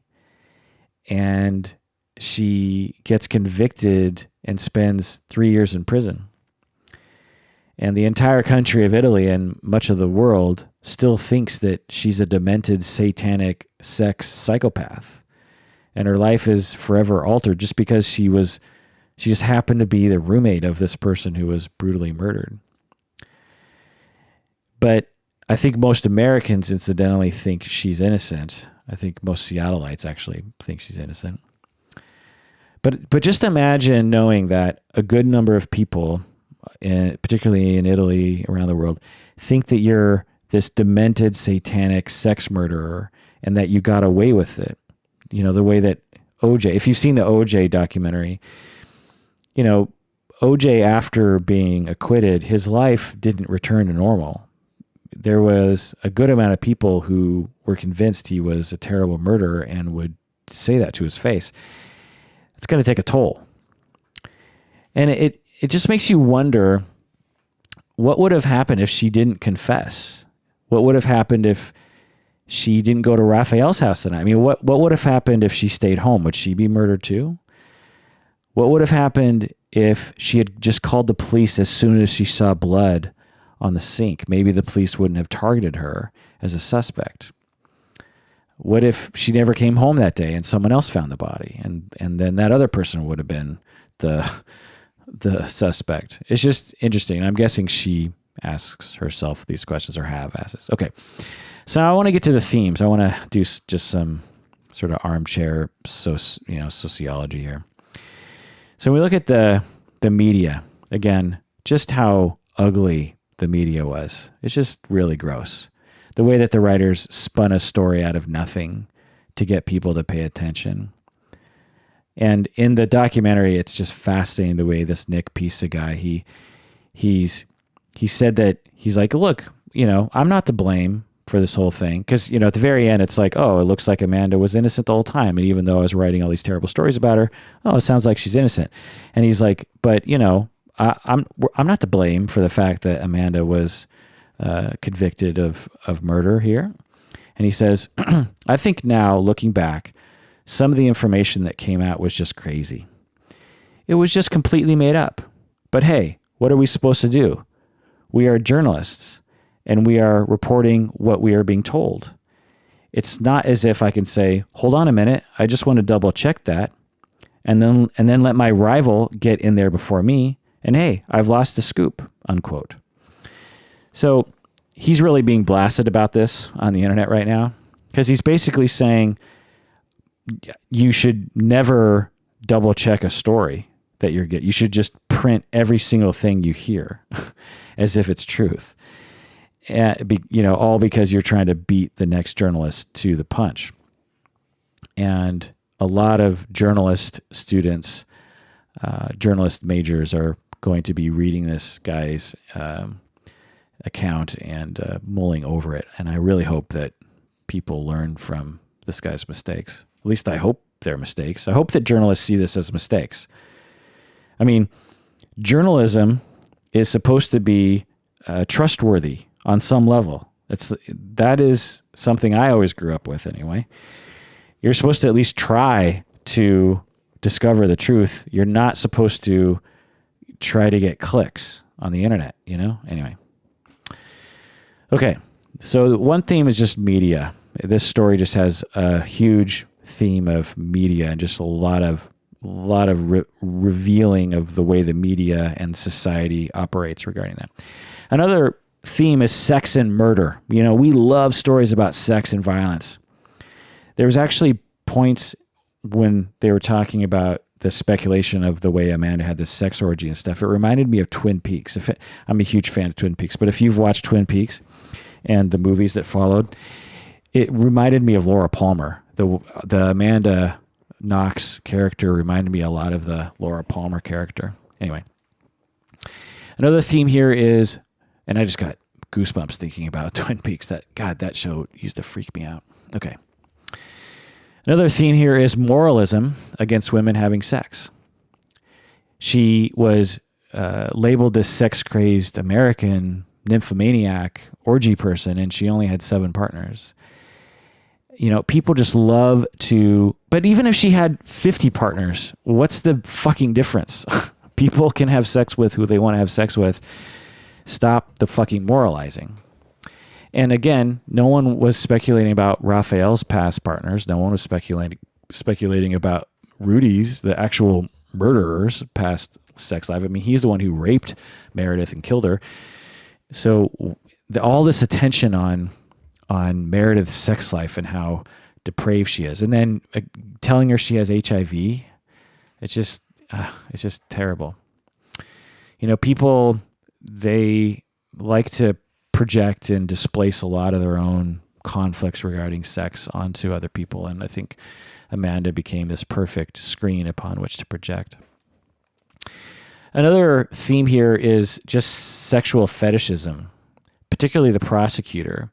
His wild speculations, and the wild speculations written in the media, they read like some sort of sick penthouse forum story. The detail that they went into of telling the story about how she was this sexy witch that would put sex spells on these boys, and how she had this sex ritual killing, and it's bizarre given that there was no evidence of that. I mean, it's just so strange to see people with just the tiniest little bit of circumstantial evidence expand that into this elaborate story about sex and murder and ritual and Satan. It's just like, where is your head? You just have to wonder, like, what's going on in your mind at night, Okay. The other theme here is our love of the charming psychopath.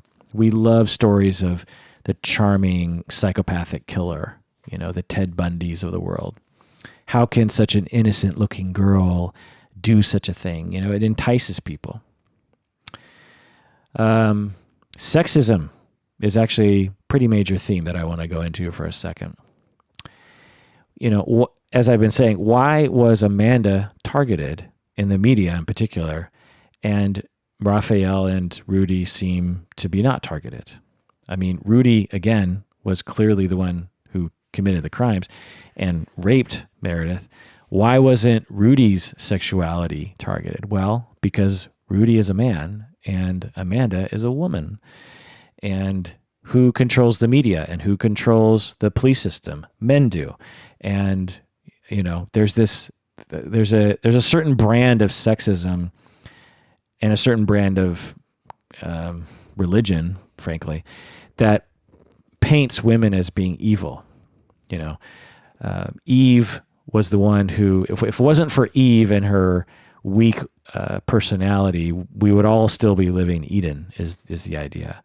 I'm not making fun of Christians. I've heard people say that before. I've heard people say that women according to the Bible, are the weaker sex, and the story of Adam and Eve actually demonstrate that. And so there's a certain amount of sexism that I can detect as a theme throughout this entire story that is just, again, really gross. Another theme that I've been talking about is grief. This lack of visible grief, or the visible grief showing guilt, or the lack of grief showing guilt. Again, just like the Lindy Chamberlain case. Another theme here that I haven't talked about yet is the ugly American theme. It's hard for me to know, and I'm guessing there are pieces in the media about this, but I was just wondering, how many Italians, when they first heard this story, was like, oh yeah, of course this American did it, because Americans are terrible people. And me, as an American, I could say that we can be very terrible people sometimes as tourists. We think we're better than other people. We treat everything like it's our own playground. I mean, I'm generalizing, of course. Most Americans are nice, but many Americans are not. Tourists can just be, they just don't know the rules, In my neck of the woods, you'll see people from China being, acting weird, being pushy or something. And so people will start saying, oh, Chinese people are pushy and rude. And it's just like, no, it's just, when you're a tourist, you might not understand the rules, and the rules might be different back, so anyway, it just makes you wonder, like, how many Italians were influenced to think Amanda was guilty by a sort of, prejudice against Americans. I don't know. Also at the time, 2007, 2008, Bush was president. George W. was president. And I don't know if people remember this, but people hated that guy, particularly other countries like Italy. They hated that guy. They, you would go to another country in, 2007, and one of the first things that people would bring up is like, oh, George Bush is your president. Yeah, what a piece of work. Did you vote for him? Because my God, that guy is just, this is the height of all the terrible wars in the Middle East that America was involved in, and just all the bad press around that. And I remember, if you said you're American, instantly it was like, oh, George Bush, Anyway, so it just makes you wonder, like, if that was that a factor? I don't know. Maybe I'm stretching. And the last theme that I was seeing in the media was American elitism against Italy. Many Americans think the rest of the world is fucked. When this case came out and the DNA started being overturned, a lot of Americans were like, oh my God, Italy and their terrible judicial system, and their terrible prosecutors, and their terrible legal system. They're so backward over there. But, there are investigations in the United States that are just as bad, if not worse, than this case. So, just see Making a Murderer and these kinds of documentaries. It's not just an Italy thing. Okay. So who can we blame?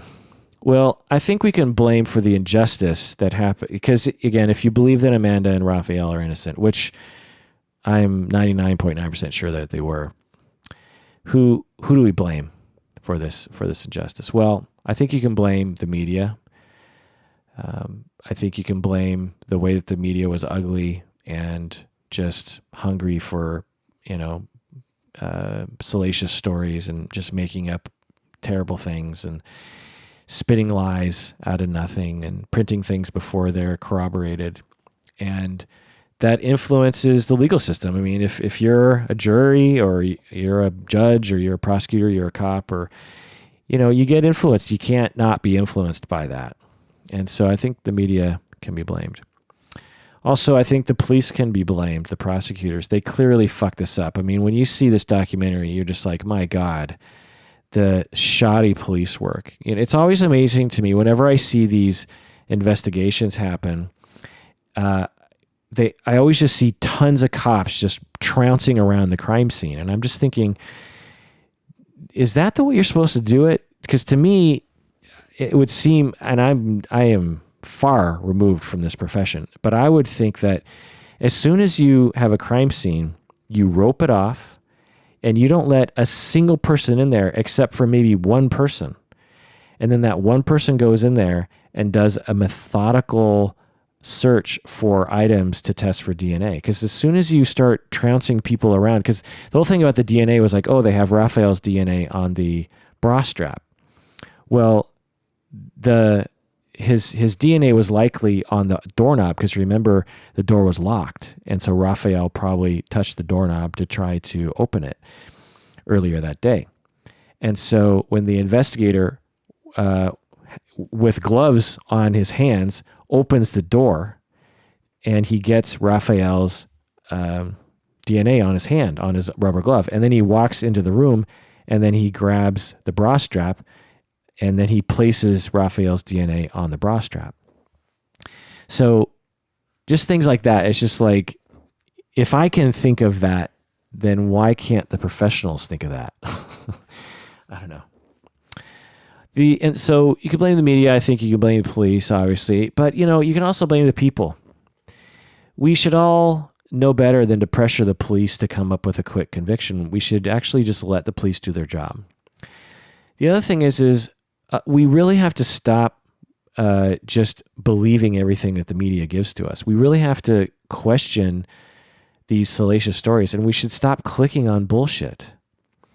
We should fight back against this sort of thing. The only reason why this shitty, ugly journalism exists is because it makes these people money. And the only reason why it makes them money is because we read it and we click on it. We're the dumbasses in this. We're the ones driving all the stupidity.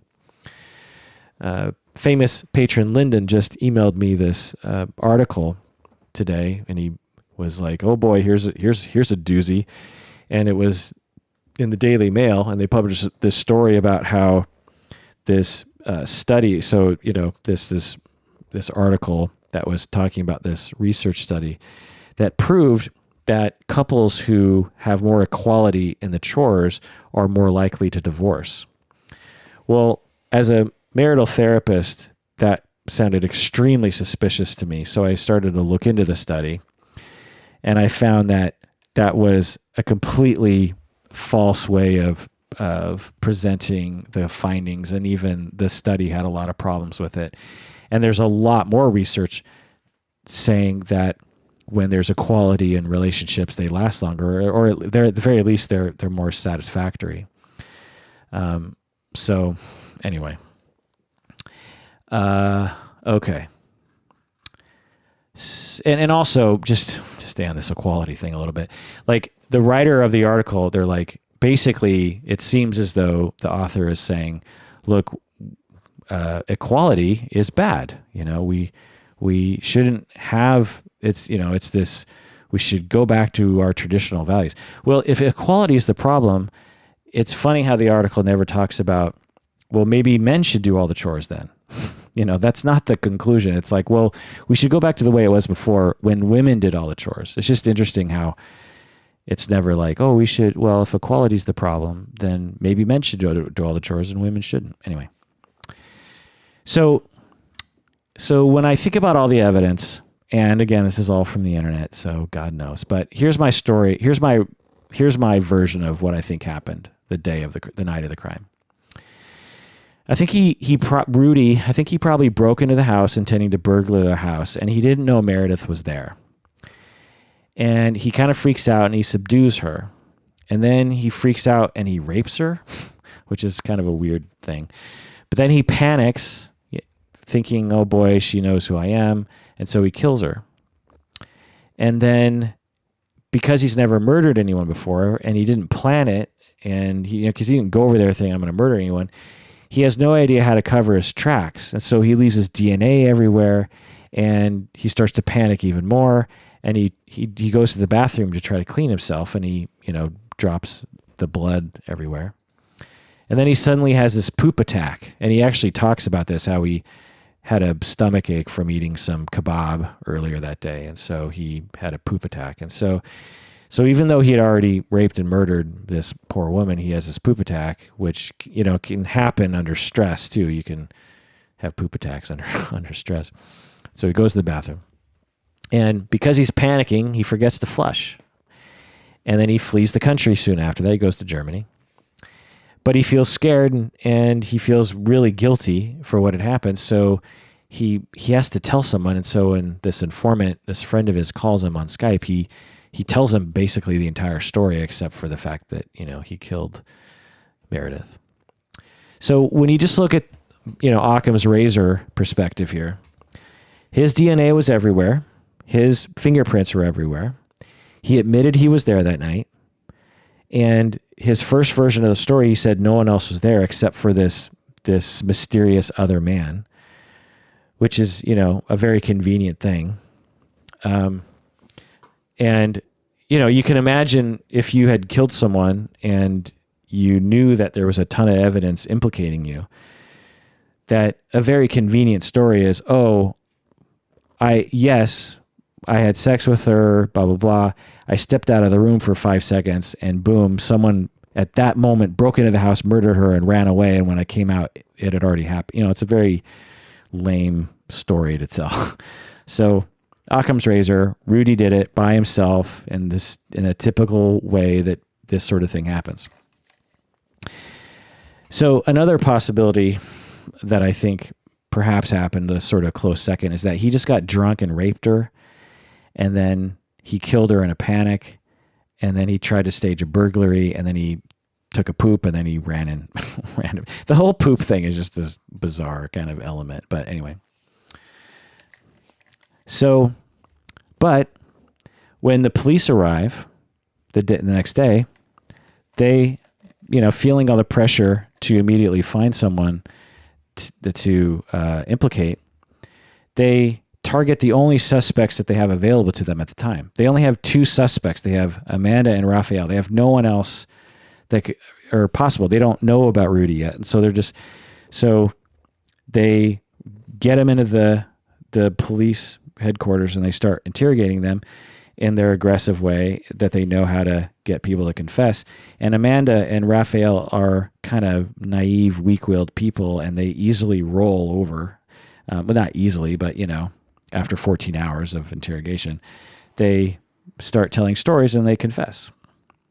Then because of shoddy police work involving DNA collection, they find actual DNA to back up these confessions.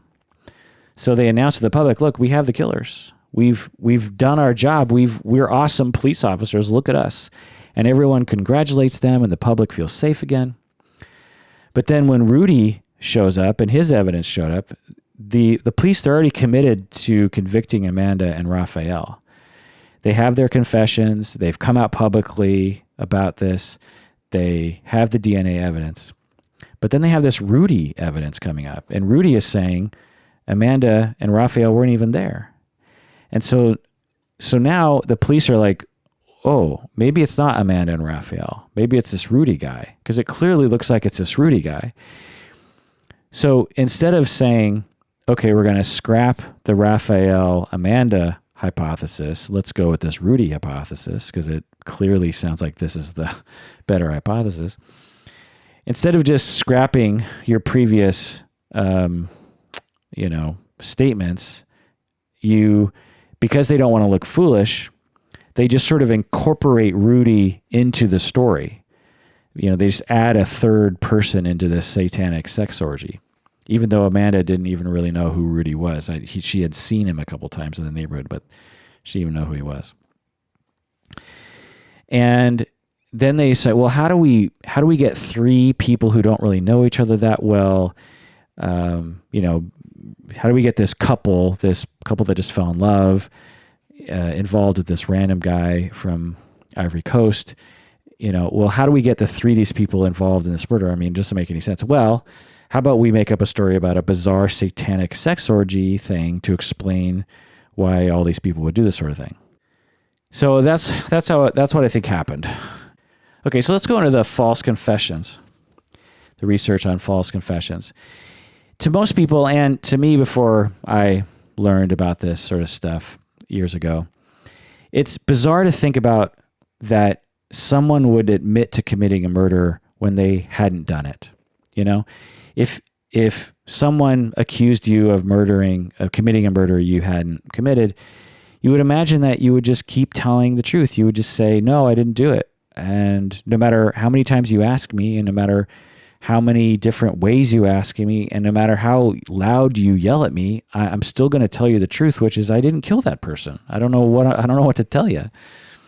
So unless you've been in that position, or unless you know about the research, it's hard to imagine why someone would falsely admit to killing someone they hadn't, especially when you confess. It's so horrible for you. It just means so many bad things are going to happen to you. It's like, why would you confess? It just seems so stupid, right? Okay. Well, let me talk about the history a little bit of the false confession research. Well, we have to go back to 1908 when Harvard psychology Professor Munsterberg from Harvard, in 1908, he wrote in his book On the Witness Stand about untrue confessions. So we have to go back over 100 years to find perhaps the first example of discussion around confessions not being true, which I found pretty surprising given that confessions have been happening for eons, and that false confessions wasn't really a thing. But it makes total sense, because the powers that be are usually the government and the legal system, and what benefit do they get from talking about some of the confessions being false? They never benefit from that. So systems of oppression have been probably always on the side of saying, no, a confession is always truthful. Don't even think that any confession would be false. So then, even though Munsterberg starts writing about these false confessions in 1908, throughout the 20th century, there's not a lot of attention. Then in the 1960s, there start to be a little bit more attention in psychology on false confessions. 1960s are when we start questioning authority, and also psychology starts to kind of blossom during this time. And so, for example, Zimbardo, the famous Zimbardo of the 1971 Stanford prison experiment, Zimbardo, he is a psychology researcher from Stanford.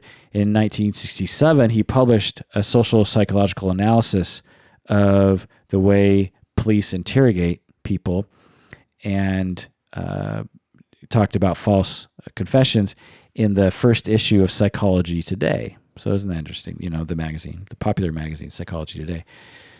In 1967, Zimbardo wrote about false confessions. All right. In the 80s, a little bit more attention, and then up till today, even more attention. Okay. Now, there are three types of false confessions in the literature.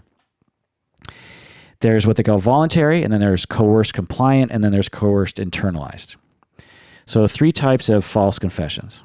The first one is voluntary. This is when the false confession is given voluntarily without any coercion.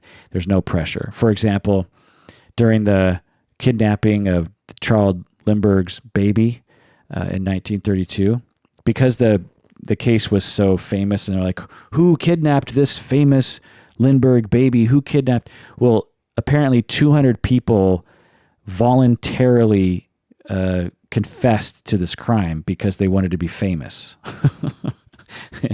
So these are what we call voluntary false confessions. People voluntarily confessing to crimes they didn't commit because they want to be famous. Okay, so that's the first one. That's a silly one. Then you have coerced compliant false confessions. And these are what Amanda and Raphael, what happened to them is you're essentially forced or coerced and manipulated into complying with the wishes of the police. The investigators are saying, look, all you have to do is confess, and I'll give you this cookie, or I'll let you go to the bathroom, or whatever. And then eventually the person gives in and like, okay, fine, yes, I did it, even though they didn't do it. Then the third type is coerced internalized. And this is when you coerce someone into confessing, but it actually gets under the person's skin, so much so that the person actually starts believing, maybe I did do it. The police seem totally convinced I did it, so maybe my memory is wrong. You break someone's ego down far enough, and it doesn't take much to do that. People will start believing their own lies. even if it doesn't serve them.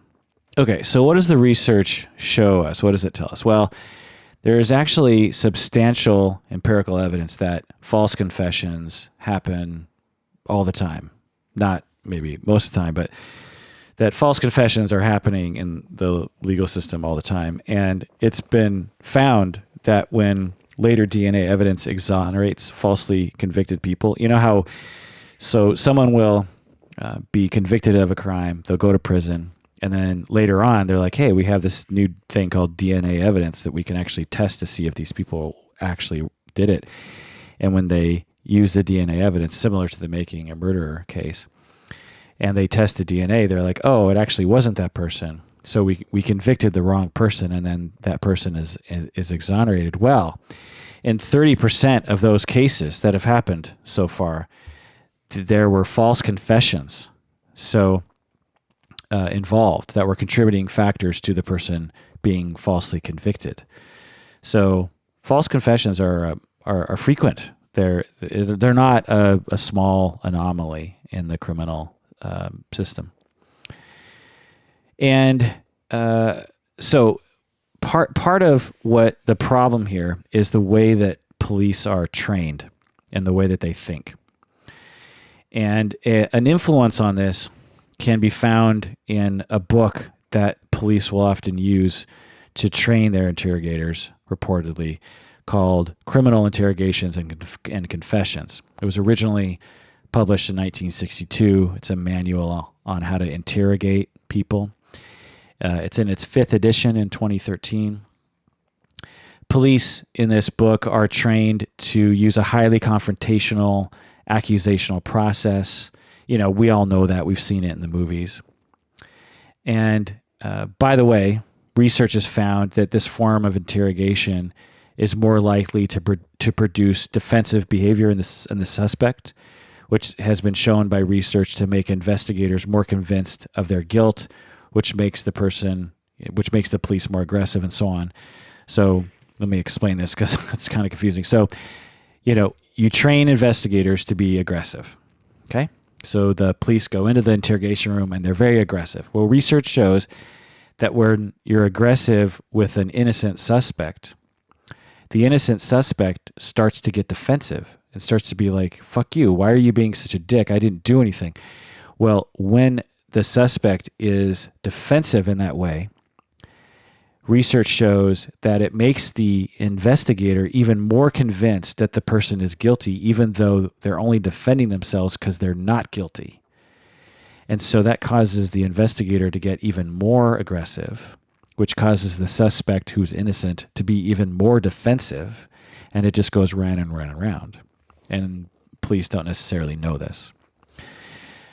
The book, Criminal Interrogations and Confessions, the book claims if you use the technique that's in this book, you will uncover the truth and detect lies with a very high level of accuracy. And it claims that there are certain behavior errors that liars will use. You know, when someone's lying in this book, it says that people will avoid your gaze and they'll fidget a lot and they'll change their posture a lot. But research has totally debunked these things. And if this were actually true, I'm lying all the time because I am fidgeting all the time. When I'm recording the podcast, I probably shift in my seat, no joke, thousands of times. Right now, I'm fiddling with my toes. I'm sitting in a kind of yoga position in my chair, and I'm playing with my toes for no reason. And, 10 seconds from now, I'll be playing with my hair or something. I'm a fidgety person, so I'm always lying, according to this book, apparently. Okay. Now, the research that this book is based on is from a single flawed study in 1994. So a lot of the things that this book is based on is dubious science. So this book that interrogators use as a guide for not only their techniques, but for understanding the suspect's behavior and lies, it's all a bunch of crap. Plus, research shows that people are barely better than guessing when trying to detect lies, and experts are barely better than the average person, if at all better. So, in other words, there's, when they've looked into this quite a bit. Can people detect lies? Is it possible for police to detect when someone's lying? This is a very important thing. And there's a lot of bullshit pseudoscience out there saying that you can totally tell when someone's lying, if they're looking up to the right or they're looking up to the left or they're fidgeting or, all this crap. Well, when they actually empirically look at this and they set it up, people are actually very terrible at detecting lies. They're something like, instead, guessing would be 50%, it's like, oh, I don't know, maybe he's lying, maybe he's not lying, 50%. Well, people so if you're just guessing, you'd have an accuracy rating of 50%. Well, people, when they study, have an accuracy rating of 54%. So they're barely better than guessing, meaning that they're wrong, 46% of the time. Well, experts, people that are, experts at being able to tell the difference between lying and not lying, research shows that they're barely better than the 54%, like 56%. And some research says they're no better than the average person. So this notion that you could read a book or you could take a training as a police officer and be able to tell when someone's lying and when someone's not lying is pretty dubious. So, there's that. Now, what I'll say as someone who talks with a lot of people, and sometimes people lie to me, teenagers particularly. I don't teach teenagers currently, but when I have in the past, I had a wide variety of different kind of clients. Most of my teenage clients, wouldn't lie to me, but some would for one reason or another. And I got, I felt kind of good at being able to detect lies. So it's not as though you can't intuit lies, but I can tell you from experience, I've been lied to my face without ever knowing I was being lied to. Like years later, I discover, oh, they were lying to me the entire time, and I was totally believing it. And I'm not a naive person. I tend to be kind of suspicious of teenagers in particular in terms, when they have reasons to lie to me. Incidentally, just as a side note, I would frequently tell my teenage clients I'd say, look, I'm not your parent, I'm not your teacher, I'm not a cop, and everything you tell me is confidential, so you don't have to lie to me. You could tell me you smoked pot all day today, and I can't tell anyone, and I wouldn't want to tell anyone, because what's it to me if you smoked pot all day? And yet teenagers would still lie to me. It's just hard for teenagers to believe that I wouldn't tell someone, and also it's just sometimes easier for them to lie than to have to deal with what's really happening. But anyway. Okay, so let's look into more research here. Research shows that if the police provide fake evidence of guilt, the person is much more likely to provide a false confession. In other words, as the police are interrogating the suspect, and the suspect is innocent, and the police say, hey, Raphael in the room next door, he says you did it. Well, when you do this, it is a significant factor in motivating this innocent person to provide a false confession. My guess is they're thinking, well, geez, I'm screwed now. I mean, this person just told them that I did it. Maybe I should just admit it, so that they'll go easier on me or something. Okay. And that's, what they did to Amanda and Raphael. I think they provided this sort of false evidence to try to motivate false confessions from the two of them. Research also shows that when investigators minimize the crime, the person is more likely to provide a false confession. Like, hey, she probably deserved to die, right? You were just reacting like anyone else would have. It's not a big deal. Come on, you can tell us that you did it. That's called minimization, and that works on people, and it motivates false confessions. So even though you didn't do it, it motivates false confessions. But here's the most important piece of research that I really want to get across. If there's one thing you remember about false confessions, it's this. research shows that not everyone is vulnerable to false confessions. That there's a certain kind of personality profile of a person that is vulnerable to providing a false confession. For instance, research shows that teenagers are vulnerable, generally vulnerable to providing a false confession. We could imagine why. They're not as mature. They are perhaps mentally weaker. They are used to being yelled at or something. I don't know. They're more used to complying, maybe. I don't know.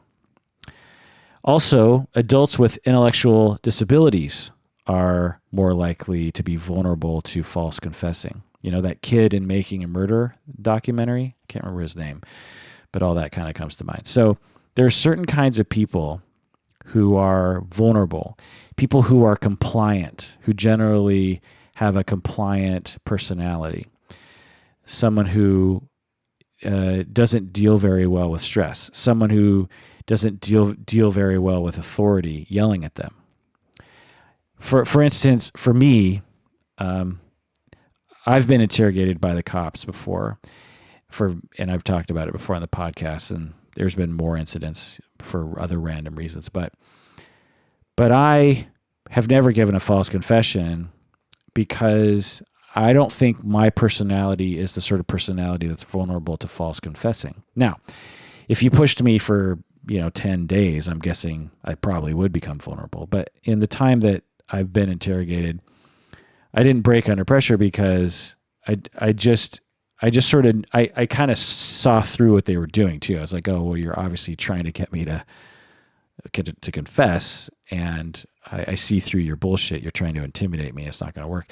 But, not everyone knows that. Not everyone is obsessed with research on this sort of thing and watches documentaries. And, some people, they don't know any better because they don't have a lawyer and they're worried.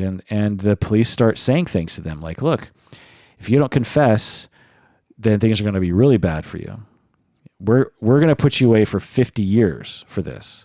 But if you confess and you make this an easier process for us, maybe we can talk to the judge and get this down to just 10 years. I mean, wouldn't you rather have 10 years than 50 years?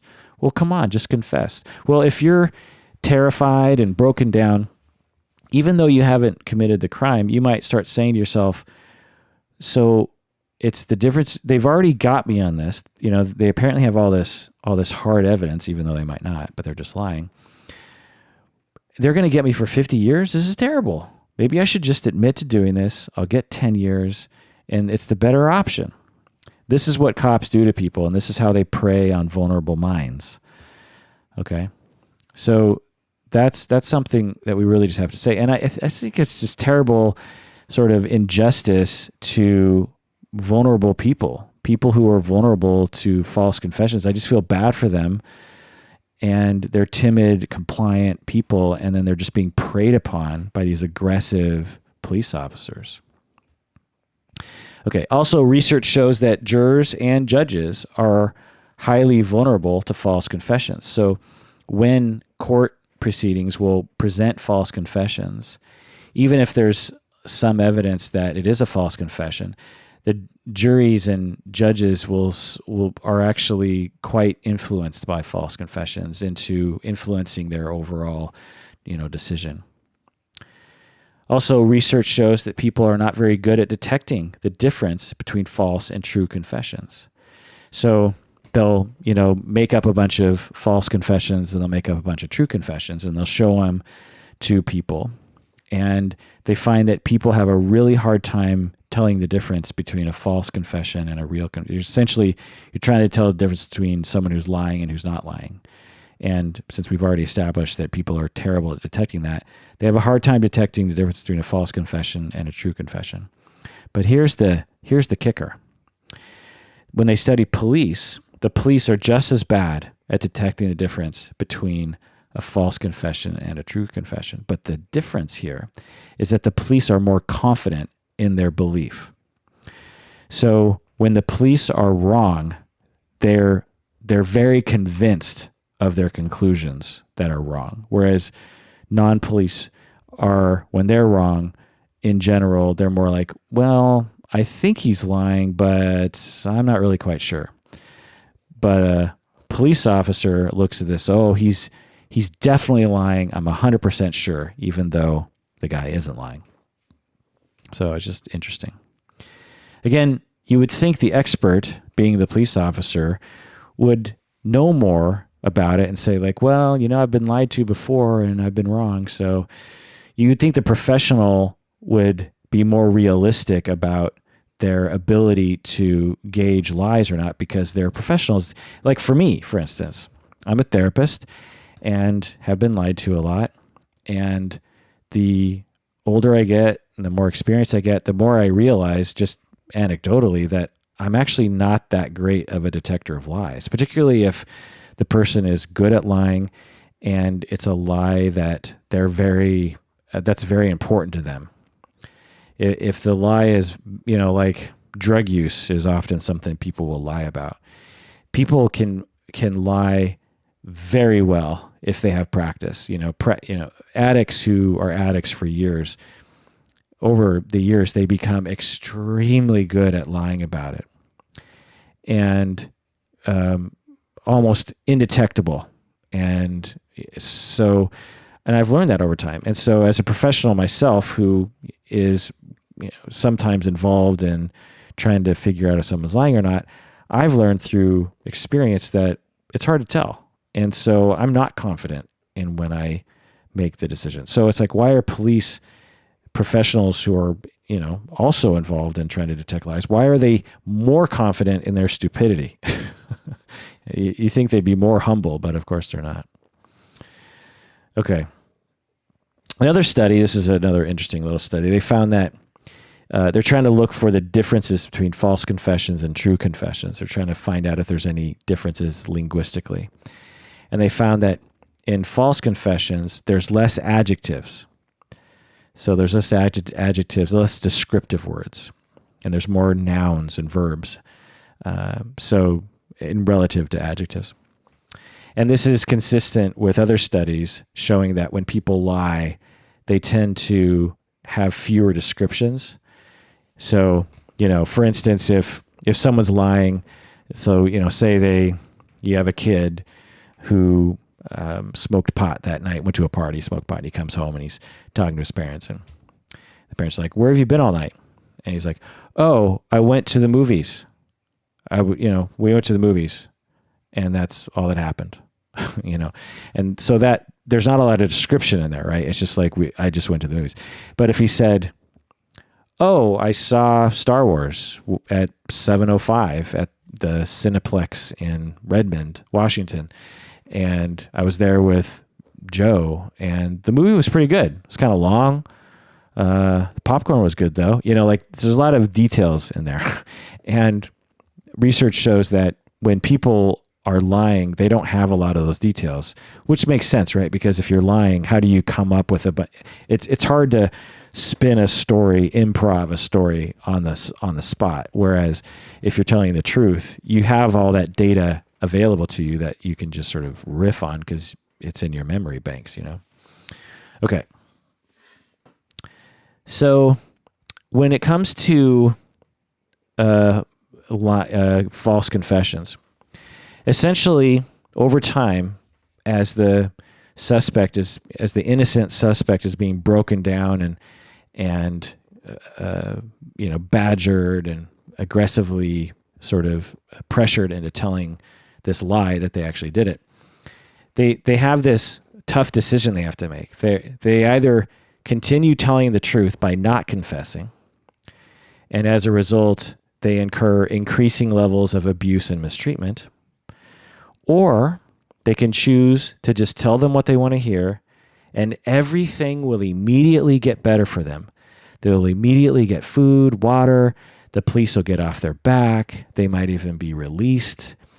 So under stress, and if you're vulnerable to compliance anyway, then many just choose to confess. They're just like, okay, I just want to go home. I just want to have a glass of water. I just want this person to get off my back. What do I need to do to make that happen?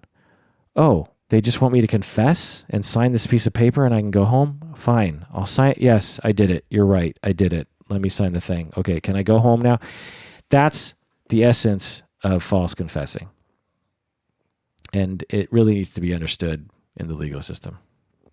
And it needs to be understood by the police system too. And there's some regulations that are happening to try to stop this sort of thing from happening, like recording the entire interrogation process, which puts the police in a little bit better behavior because they know they're being recorded, and also because they know that that entire recording will go to the court. And if it comes out that the police planted a bunch of thoughts in the person's head and pressured them to falsely confess, then it will throw out the confession. So police don't want that. And so when you record the entire interrogation process, it tends to reduce false confessions. Now, some people start actually to believe that they did it. You know, I was talking about those 3 different kinds of confessions. You have the voluntary kind where people just say, yeah, he did it, because they have some sort of weird gain from falsely confessing. And then you have the coerced compliant, which is the main one I've been talking about so far. But then you have the coerced internalized, where people are coerced into falsely confession, but they actually believe that they actually did it. You know, people will get someone to believe that they actually did it. This is, you know, these people, according to research, are prone to fantasy, and they're, you know, generally compliant. They're generally dependent on other people. So there's certain personality traits that will lead people to be vulnerable to this internalization process. And this is just fascinating to me. It's just so interesting that police officers can break someone down to the level where they can make someone not only admit that they committed a heinous crime, but to make the person believe that they did it too. It's crazy. All right, well, that is it about false confessions. This episode is over 2 hours long, and I thought it was only going to be about a half an hour. I probably always say that, right? I'm always like, oh my God, this episode is so long. You're probably listening to me right now going, Kirk, you always say that. It's sort of like my grandma, my 101-year-old grandma who died earlier this year. Whenever we'd go to restaurants, we would all order food. And, you know, like you do in restaurants, you order food. Well, she was this tiny little Japanese American woman. And restaurants, you know, they have big plates now. And so we'd all get our food. Like, I remember just a couple years ago, we were in California, and we're at this outdoor restaurant, and everyone ordered this Tex-Mex kind of food, and she ordered like this burger and fries or something. And today, burgers are not the burgers of my youth. In the 70s, burgers were these tiny little things, you know.